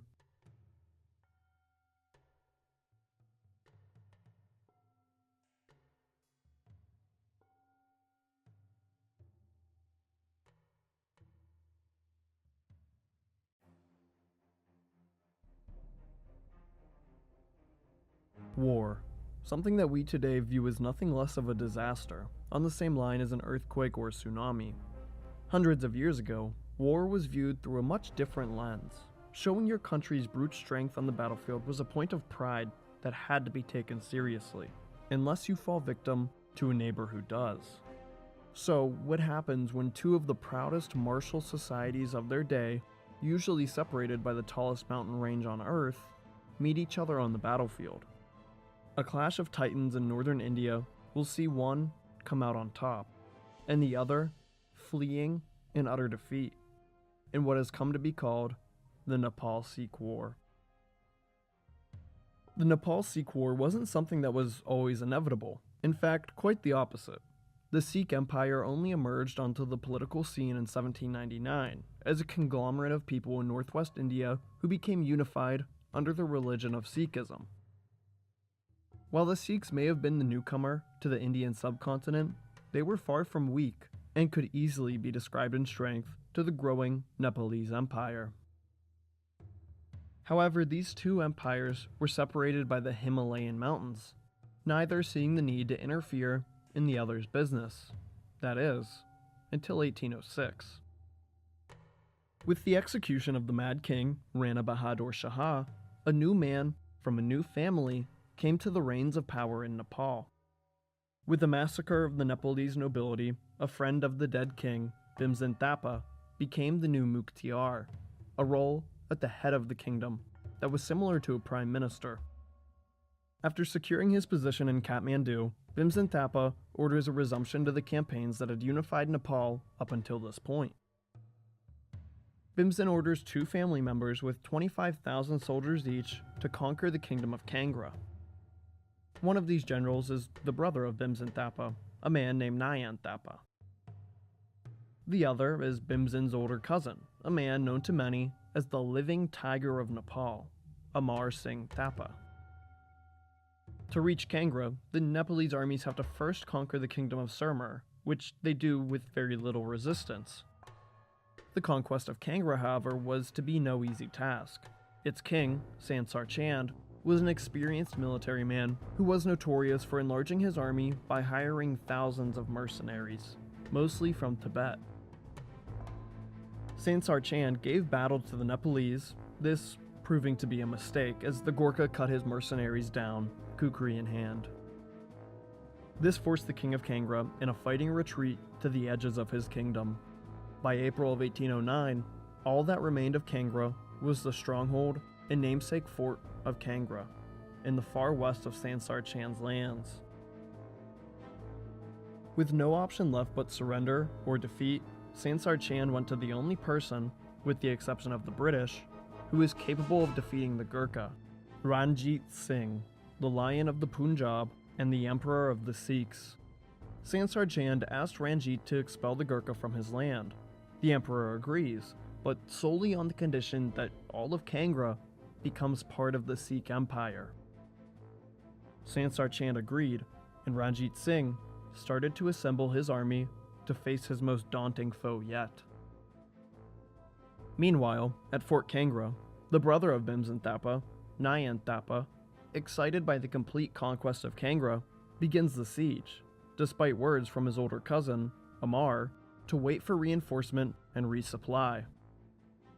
The reluctant siege of the towering fortress of Kangra begins in May of 1809.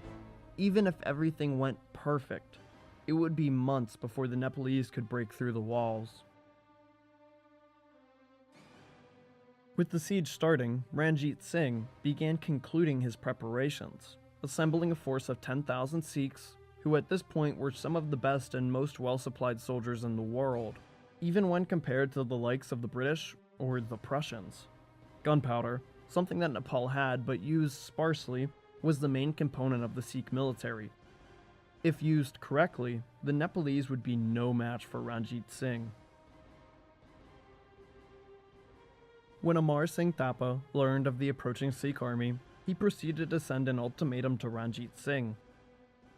He demanded that the Sikhs allow Nepal to conquer Kangra and the rest of the Kashmir Valley. However, the Nepalese were now in Ranjit's corner of India, and he made the rules here. The Sikh army then proceeded in blocking off all the entrances to the valley that Kangra rested in, trapping the Nepalese, who huddled around the fort that they still did not own. From May to July of 1809, the Nepalese spent their summer starving, eventually being forced to eat their own way out of the Kangra Valley, killing and consuming their horses for survival. While inside Kangra Fort, the defenders were well supplied by means of 2 freshwater wells and a large garden that had been set up in the courtyard, feasting while their besiegers starved. After starving for over a month and with no sign of the Sikhs lifting their siege, the Nepalese prepared for their breakout. Focusing their attention on the eastern pass, the hungry and amorless Gurkha punched a hole through the Sikh line, or so they had thought. Soon the Nepalese found out that they had only been funneled into a trap.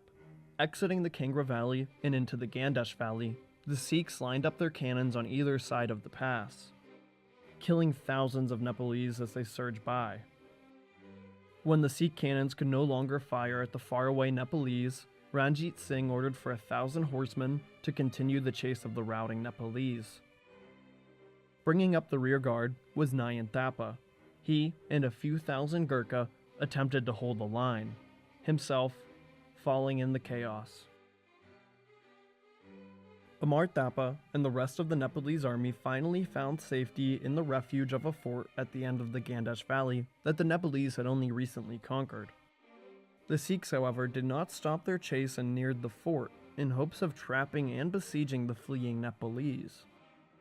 The Nepalese, with no supplies to endure even a second of another siege, reluctantly sallied out of their fort, prepared to face the Sikhs in a fair battle. As the two armies clashed, they were both matched, the Nepalese numbers unable to overwhelm the Sikh artillery. But by the end of the day, the exhausted and malnourished Nepalese began their second retreat.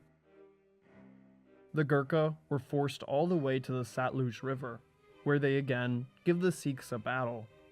With their backs at the river, Ranjit Singh had only to push them into it. The Nepalese began a terrible and ill-planned retreat across the river. Once on the other side, the Sikhs stopped. This would be the new border between Nepal and Sikh land, as chosen by Ranjit Singh. The Nepalese never dared cross it again. Both the Nepalese and the Sikhs were some of the most militaristic-minded empires to ever rise in India.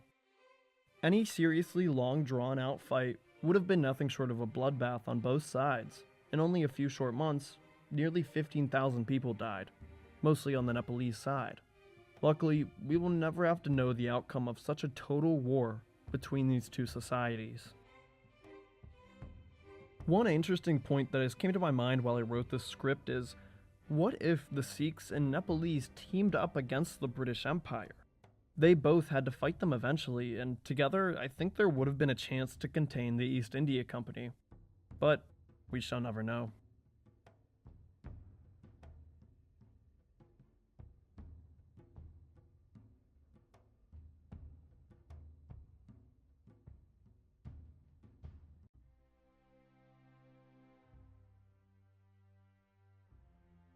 In 1814, the British East India Company would confront one of its most daunting foes yet, the Empire of Nepal. At this point, the Nepali Empire was one of two roadblocks remaining, next to the Sikhs, for complete British dominance over the Indian subcontinent. This war, known as the Anglo-Nepalese War, or the Gurkha War, will see the gunpowder tactics of the British Empire come face to hilt with the kukri blade. What the Nepalese lacked in technology, they made up for in unbounded bravery, that when set loose, could cut down whole regiments of Napoleonic age infantry. In this war, the British would learn the wrath of the Gurkha, and come to respect it. The Anglo-Nepalese War was not the first time that the East India Company showed interest in Nepal. In fact, they had been plotting from the very start. During the initial unification campaigns of Prithvi Narayan Shah, the British sent an expeditionary force led by one Captain George Kinloch in 1767. Here, the British got their first taste of Gorkhali might, as Kinloch's unit suffered an embarrassing defeat, and was forced into retreat at the fortress of Sindholi. The British, having learned their lesson for a time, went back to conquering the rest of the subcontinent, leaving the Nepalese to carve out their own Himalayan empire. In 1788, the Gurkhas grew confident enough to attack their Tibetan neighbor, who was not only their most lucrative trade partner, but also a satellite state of the Chinese Qing Empire. The Qing let the Nepalese get away with their first invasion, but their second, in 1791, would not go unpunished. The Qing army cut Nepal in half, and began to march on Kathmandu itself. Desperate and out of options, the Nepalese regent, Bahadur Shah, reached out to the British for guns, powder, and artillery. Captain William Kirkpatrick arrived in Kathmandu and presented Bahadur Shah with a treaty. The regent rejected the proposals under the rightful fear that the British would not be wholly honest with their agreement. Instead, Bahadur Shah came to a peaceful resolution with the Chinese. In a short 8 years after this failed negotiation, the East India Company got their biggest breakthrough yet. The former king of Nepal, Rana Bahadur Shah, showed up at the British-controlled city of Varanasi. The exiled king desired to return to his throne, and used any means necessary, even the British, to achieve this. The East India Company instead used him as a pawn to enter Nepal in a more subtle manner. Over the course of Rana's 4-year stay in Varanasi, 2 treaties were signed between Nepal and the East India Company. All the British had to do was keep Rana Bahadur Shah on house arrest. The latter treaty even led to the first British resident to arrive in Kathmandu, William Knox. All was going well, as the East India Company slowly and diplomatically probed themselves into Nepal. That is, until resident Knox was caught in a plot to overthrow the acting Queen Regent. From here, he was put on house arrest and eventually left Nepal, his mission proving to have been a failure. Again, the EIC and the Kingdom of Nepal parted ways, each continuing in their own regional conquest. In 1811, a small country called Butwal, on the border between Nepal and British India, came into the spotlight of both nations. The Nepalese annexed the kingdom in 1811, ignoring or ignorant to the fact that the British already claimed Butwal under their protection. Soon after the annexation, Nepali and British diplomats met to discuss a peaceful solution. no resolution would be found, as from the start the East India Company representatives were extremely rude and demanding of the Nepalese. Both parties walked away, the Nepalese feeling insulted and the British cheated. Tensions continued to rise until 1814. The Governor General of India, Lord Francis Hastings, declared war on the Kingdom of Nepal, giving 5 generals a combined 22,000 British regulars alongside some 100,000 native sepoys. With the clear numbers advantage, Hastings left all the strategy of conquering the most mountainous country on earth to his cabinet of experienced generals. Both sides held major advantages and disadvantages before the onset of total war. One, and most obviously, Nepal was a land of cliffs and mountains. The altitude alone would impact the effectiveness of the British army. Nepal's disadvantage, which the British wished to exploit, was the overexpansion of the quickly built empire. The Nepali kingdom was so skinny that it could easily be cut in half, and from there, into 1,000,000 pieces. The British obviously had the numbers advantage as well as the technological advantage. This, however, would be negated by the fact that the British didn't have the home field advantage and would be susceptible to ambush, where guns would no longer matter. And in close quarters, the Kukri beats the bayonet, and the Gurkha beats the Brit. The 5 British generals that Hastings entrusted the campaign to were as follows. In the far west, Major General David Ochterlony. Born in colonial Massachusetts, Ochterlony came from a long line of Scotsmen serving in the British Army. At the age of 18, he joined the military as a cadet and was transported to India for the first time, whereafter he would spend the vast majority of his life. He had fought Tipu Sultan in the Mysore War and was present when the British conquered Delhi from the Marathas. Hereafter, Lieutenant Colonel Ochterlony was named as the British resident of Delhi, where he would win renown for defending the city with a small corps of British soldiers. In 1814, just before the start of the Anglo-Nepalese War, Ochterlony was appointed to Major General. Stationed just east of Ochterlony was General Robert Rollo Gillespie. Born an Irishman, Rollo, as he was commonly known, joined the Irish cavalry at 19, killed a man in a duel at 23, and was known as the strongest man of Comer by 24. A well-traveled man who first found his post in the Caribbean before coming to India in 1806, stopping a wide-scale mutiny on the way. In 1811, the now Major General Rollo Gillespie commanded the main force during the invasion of Java.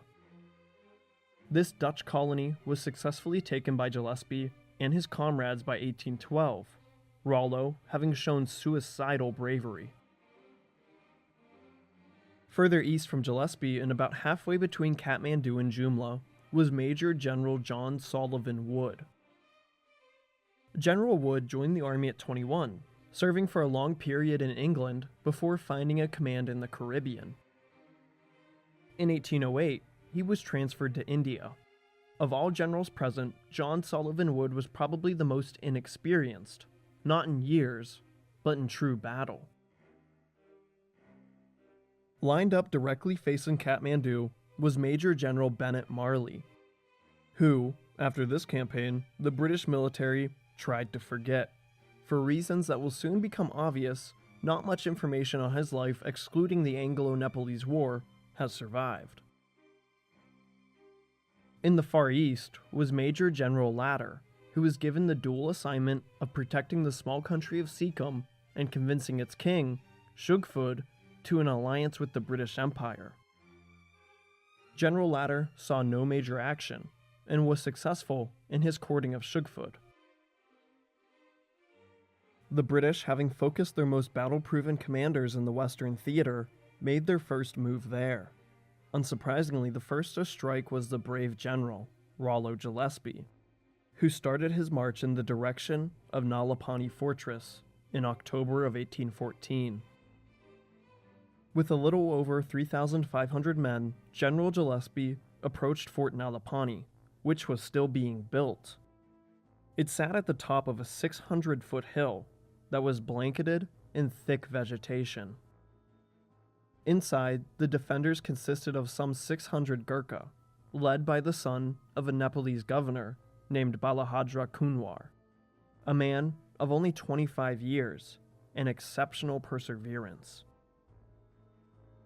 On October 30th, the British marched themselves and their artillery up the hill that Nalapani rested on, finding no resistance as they set up their cannons and opened fire on Halloween Day of 1814, a day before the war officially began. The first assault on the fort would follow the initial bombardments. Gillespie split his forces into 4 groups that would storm Nalapani from 4 different spots on the walls that were identified as weak points. However, the attack was doomed from the start. Due to a miscommunication, only 2 of the 4 columns attacked the walls. And due to the irregular shape of Fort Nalapani, which was constructed to match the mountain that it sat on, the Nepalese cannons could be positioned in such a way that they could fire at British soldiers scaling the walls, while still being out of eyesight for the opposing artillery. From atop the walls, the Gurkha's bows proved more than effective, as women and children began hurling stones from the ramparts. With Nalapani proving a death trap, the 2 attacking columns began to fall back. When General Gillespie saw this, he decided to personally enter the battle himself. Showing his trademark bravery, he led 3 regiments to a spot about 100 feet away from the fort.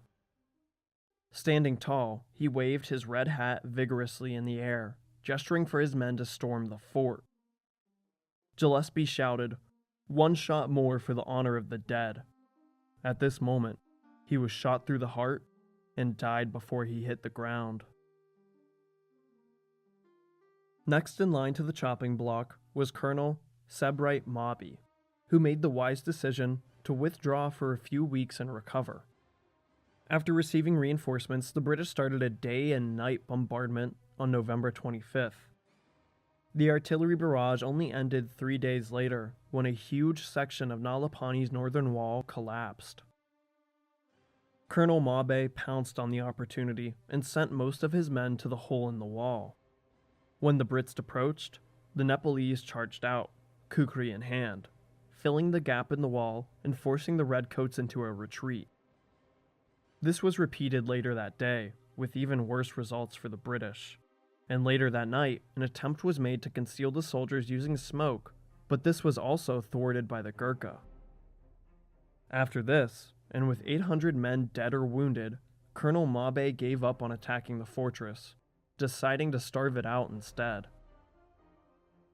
Fort Nalapani was surrounded. Its water source, a nearby pond, was found and also surrounded.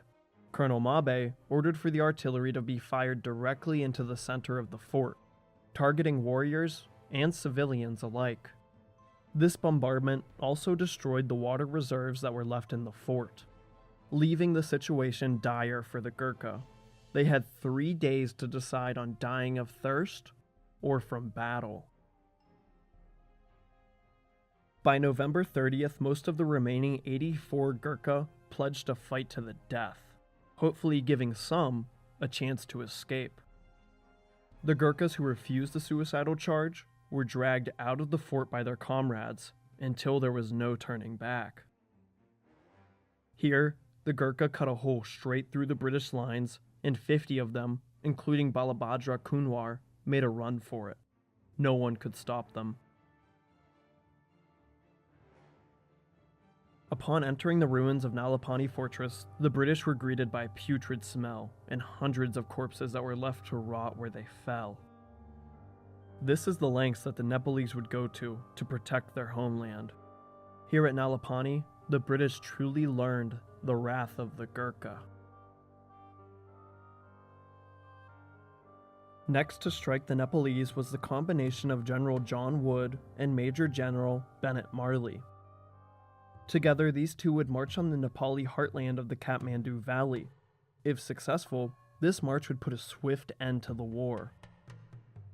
The British soldiers crossed the border into Nepal, expecting an easy march until reaching the mountains. Instead, the Gurkha pounced. The brother of Bhimsen Thapa, the undisputed leader of Nepal, was given the goal of protecting the Kathmandu Valley at all cost. His name was Ranabir Singh Thapa, and he decided it better to not wait for the British, and took his defense into an offensive. If they never even saw the mountains that the Kathmandu Valley rested in, then there would be no threat at all to the capital.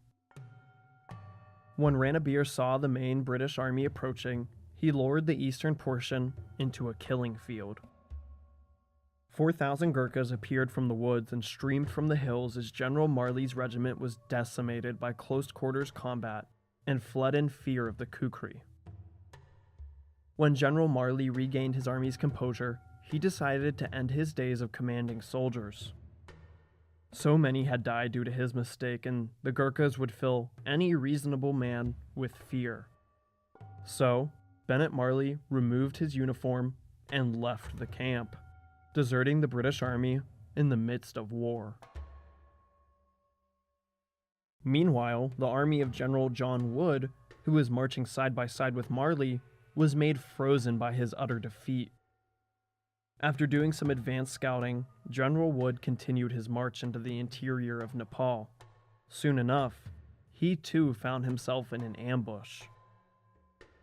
The son of the esteemed general, Nayan Singh Thapa, who had died 5 years previously in the Nepali Sikh War, Ujjir Singh Thapa, had dealt a big enough blow to General Wood's force for him to retreat and take up a defensive position. Ujjir was a master of mountain warfare, and frequently used psychological warfare to harass the British, leaving signs of his presence all around the British camp. General Wood, unlike Marley, did not desert, but like Marley, he was terrified of the Gurkha. Where Marley's response was flight, Wood's was to freeze. He remained inactive and on the defensive for the remainder of the war. Where flight and freeze had taken hold of the eastern British armies, fight was still the order in the west.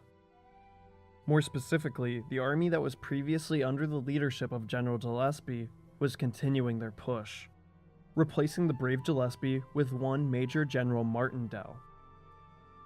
They restarted their march from Nalapane in December of 1814, taking the town of Nahan without a fight. Looking up from this settlement, 3,600 feet up, and in the middle of a ridge that was connected by two mountains, was the fortress of Jaithak. How do you besiege this? General Martindale split his forces into two, on either side of the ridge that Jaithak sat on, while Martindale observed from Nahan. On the southern side of the ridge was stationed Major Ludlow and 1,000 men. On the northern flank was Major Richards and 800 men, who on Christmas night marched 14 miles uphill just to get into position. At these altitudes, the Gurkha, who had grown up in the clouds, were like superheroes, as the gravity sat heavy on the seafaring British. The pair of majors set up their artillery and fired on the Nepalese fort, their cannon shots falling mostly ineffective as they had no reasonable position to fire from. On the night of December 27th, the two-pronged British assault began. The first to attack was Major Ludlow on the southern ridge. While the fortress of Jaithak would have been a monster to besiege, they first had the task of even getting there. The whole way they would be forced to contend with obstacle after obstacle, as the Gurkha gave no quarter, not even at night. The commanding Gorkhali officer inside the fort was the son of Nepal's lead general, Amar Singh Thapa. His name was Ranojir Singh Thapa, and his defense of Jaithak would prove that father was just like son. Major Ludlow advanced for 3 hours on the southern ridge before encountering the Gurkha forward scouts, who fled and alerted the rest. Seeing this, Major Ludlow gave chase and ran his men up a hill to chase the scouts. At the top of this hill was a small and seemingly deserted village and temple. Upon approaching, the settlement quickly showed its life, as the Gurkha shot one volley at the British before again retreating up the ridge. Major Ludlow occupied the temple. Here, he was assigned to wait for Major Richard's signal to continue the assault. However, the allure of glory made Ludlow abandon the plan. Small fires and a fence could be seen in the distance, in a particularly unimpressive position. There was no time to wait while the enemy was so weak. In charge of the fence that lined the ridge was another member of the Tapa clan, this one being Jaspo Tapa, who was the second in command at Fort Jaithak. Little did the British know the trap they were entering. Most of the 1,000 Gurkha inside Jaithak had hidden themselves just behind the fence and in a small crevasse. As the British neared the stockade, all was quiet. Suddenly, they were shot upon by seemingly all directions, as flanking the fence on both sides, the Nepalese gunmen emerged from the slopes of the ridge and made for a deadly crossfire. After 2 volleys, Jaspo Tapa ordered for his hiding Gurkha to chase the British back down the mountain. After 4 hours of running from the mountaineers, Major Ludlow and his exhausted army arrived back in Nahan by 10 a.m., having not slept for more than 24 hours. As Major Ludlow returned to base camp defeated, Major Richards, on the northern ridge, was only starting to get into position. Taking up a spot on the northern ridge that overlooked Fort Jaithak, Richards waited for Ludlow's signal, but it never came. All the while, the ledge of the British northern flank came under constant attack by the Gurkha, who could now focus their full attention onto him. Over the course of that day, the Nepalese charged the British lines 9 separate times, leaving the Europeans extremely low on ammo, and in a state of desperation, they started throwing stones at the Gurkha. Major Richards held out until sunset. There, he knew that reinforcement would never arrive, nor would Major Ludlow. He started his retreat at dusk, and over the course of that night of retreat, over 100 British were killed by the Gurkha, or from the landscape itself, as many preferred the fate of free fall than kukri. The British remained at Nahan for the next 2 months as General Martindale planned for another attack. Sometime in February, he realized that this was, in fact, impossible, and retreated south to Nalapani. A little over 500 British regulars and sepoys were killed or wounded during this poorly planned offensive. In the far west of Nepal, the situation was much different. There was no major Nepalese generals assigned to the provinces as they were left to fend for themselves, with only 500 Gurkha given to them, alongside the local inhabitants. The governor of the province farthest to the west just so happened to be Bam Shaha, a cousin of the boy king, Girvan Yada Bikram Shaha. Why was a member of the Shaha ruling family planted in the periphery province with near no support? Well, the thing about King Girvan Shaha was that he was a puppet. Getting his adult cousins as far away from the throne as possible was a great move by Bhimsen Tapa.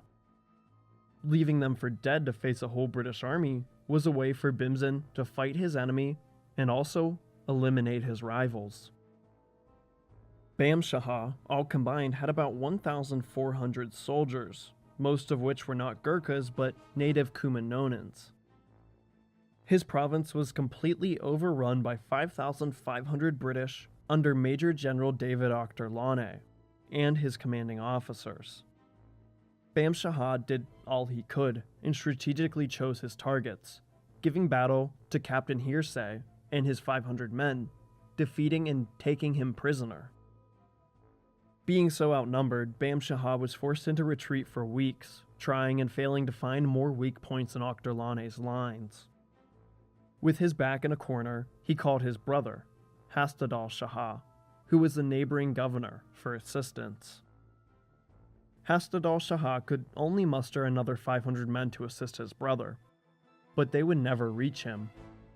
Hastadal was ambushed, and seconds into the ensuing battle, he was killed. thus ending the life of one of the few Shaha family members still in a position of relative power. In late April of 1815, the walls of Bam Shah's stronghold fortress of Almora were blown to smithereens by British cannon, and he surrendered soon after, leaving the province of Kumaon to the British and handing them their first win, albeit a small one. With the far west fallen, the living tiger of Nepal was finally awakened. Amar Singh Thapa, the highest-ranking general in the Nepalese army, marched west, on a collision course with General Ochterlony. Allowing the British to keep their gains earned from the Shahas, Amar Singh Thapa stationed himself on the new borderland in Garhwal, where, only a few years previous, Amar had conquered the kingdom of Garhwal itself, their king dying in the battle. Amar hoped this campaign would mirror the former. Wasting no time, the Tiger took the initiative and sought out Ochterlony's army. Finding them in March of 1815 and executing a perfectly planned battle, where 3,000 Gurkha outflanked and nearly surrounded a force that was almost twice their size. However, Ochterlony got away, his force defeated and frightened, but still mostly intact. So far, out of the 6 British generals leading this campaign, 1 was dead, 1 deserted, 2 were defeated, and 1 was scared into submission. Only one of the 6 generals is actually fulfilling his role, and that was General Ladder in Sikkim, and he wasn't even supposed to fight anyone. If something didn't change soon, this campaign would stall into an embarrassing British defeat. General Ochterlony, having been the only general to find a smidgen of a victory against the Gurkha, was given the overall command of the British forces. After his defeat, he waited for reinforcement from Delhi, bringing with them many pieces of artillery with a range that far exceeded the cannons he had originally had. This was all part of the plan. Ochterlony realized that every British general over the course of the campaign had played directly into Nepal's hand. The British were overconfident and unprepared for the guerrilla tactics of the Gurkha.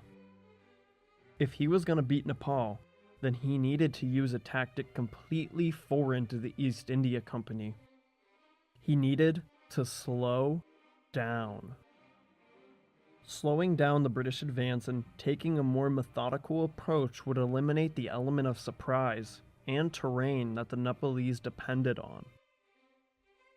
This proved a far better strategy as Ochterlony's 10,000 soldiers inched their way down Nepal.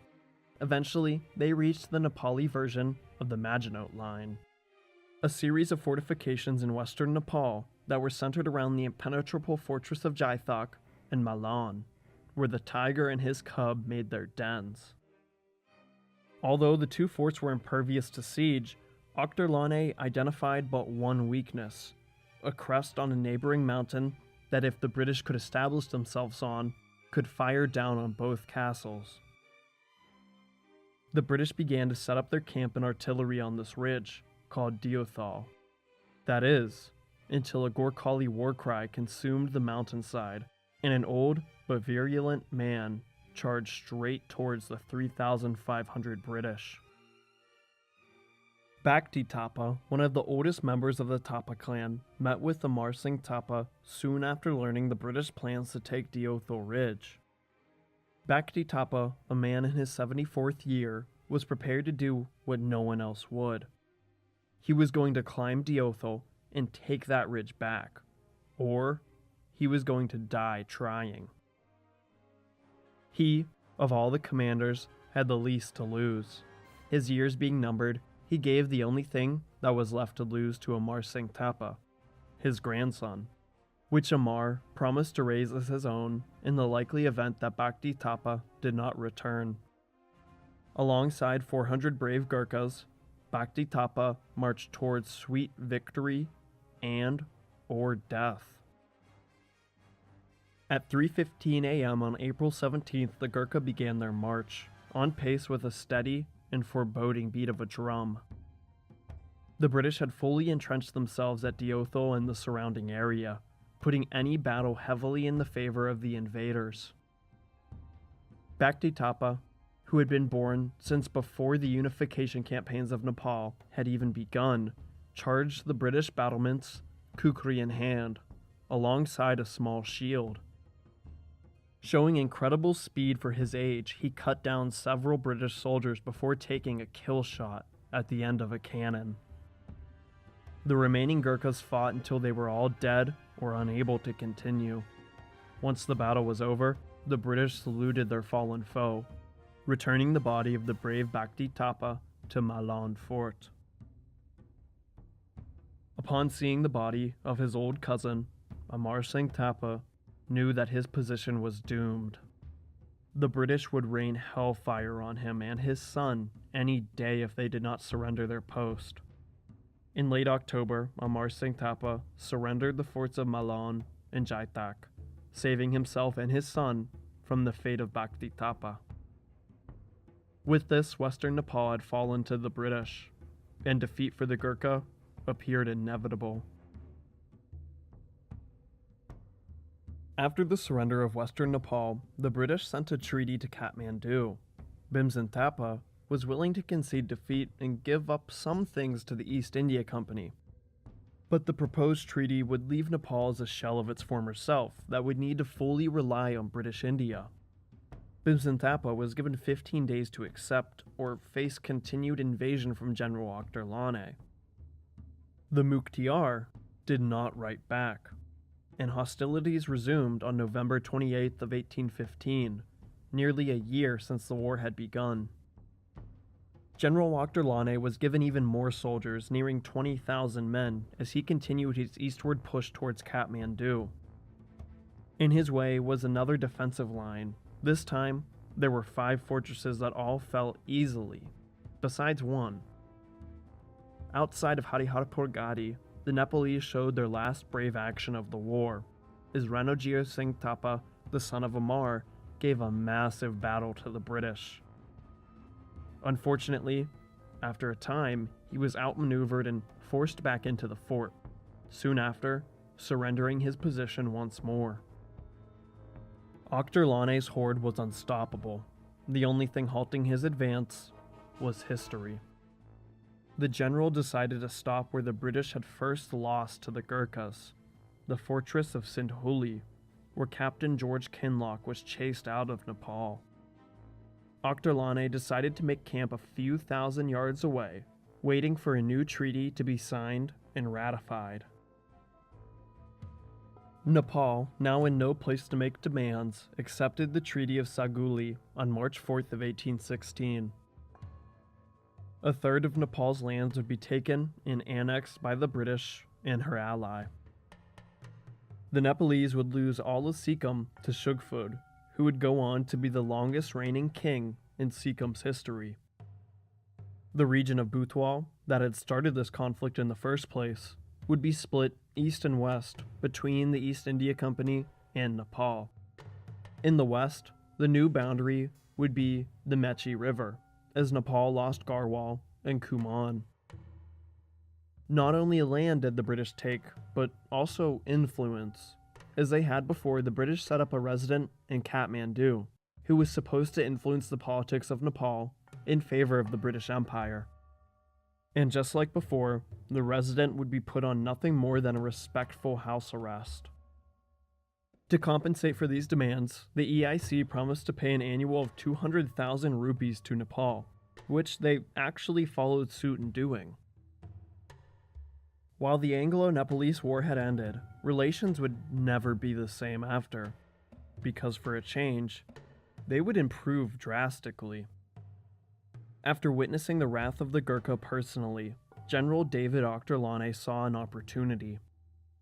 With permission from Governor General Hastings, Akhtar Lane began recruiting the Gurkha into their own infantry unit, separate from local auxiliaries. The 1st Regiment would evolve into one of the Royal Army's greatest assets, the Gurkha Rifles.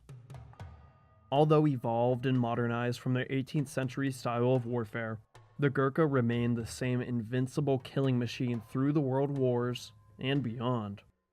Refusing to put down their kukri, every Gurkha today still carries their trademark weapon. One story to summarize them all about the respect shared between the Gurkha and the British Redcoats is a little story I like to call Cannon Jaw. While the British were bombarding the fort of Nalapane, a lone Gurkha approached the lines, making peaceful gestures. Upon nearing, the British realized that his jaw was nearly torn off by a cannonball. The commanding officer immediately granted all the medical aid he could, and the man recovered. When he was ready to leave the medical tent, he made it clear to the captain that he was going to rejoin the enemy army inside Nalapane. The British officer allowed him. They shook hands and went back to killing each other. 4 days after the Treaty of Saguli, the boy king under the thumb of Bhimsen Thapa came of age. Girvan Shah was finally in no need of a regent, but the king now held only a ceremonial role, as long as there was a Mukhtiar. In a short 6 months, Girvan Shah died mysteriously, likely on the order of Bhimsen Thapa. He left behind a 3-year-old son, and for the 3rd time in a row, the kingdom of Nepal would be inherited by a babbling baby. The Anglo-Nepalese War finally put an end to the wars of the Gurkha and the fall of Greater Nepal. Although the British did return Eastern Terai to Nepal in 1860, in a short 68 years from 1743 to 1811, the tiny kingdom of Gorkha grew to create the largest empire ever to be seen in Nepali history. As has been displayed time and time again, the reason the Gurkha were able to do this came down to one thing: the fact that they were Gurkha, some of the bravest and deadliest soldiers in history. While the Gurkha were more than capable of conquering their neighbors, running a stable government was not their forte. In the years following the great founder, Prithvi Narayan Shah, the Shah kings were either paranoid, psychotic, or babies. Nepal was ruled solely by a king for only a total of 6 out of 41 years until 1816. The weakening and eventual disregard for the Shah dynasty held the kingdom of Nepal back from even more expansion. Had Prithvi not died in his early 50s, or Pratap his 20s, had Rana never been born, and if Girvan was not so young, then who knows what Greater Nepal could have looked like. To conclude on the unification and fall of Greater Nepal, I will end with the wise words of Prithvi Narayan Shah. Just before his death, when he knew his time was limited, he compiled a book called the Divyopadesh. The main marks of this book are as follows: remain close allies to the Chinese and ignore the British East India Company as much as possible. Over the years, Nepal did the complete opposite of what Prithvi had suggested, and look what happened. While he was no time traveler, even the founding father of Nepal knew the fragility of the nation that he had just created. But that is just the will of the Gurkha. Fight, even when you can't win, and just maybe we can make and preserve the dream and reality that is Nepal.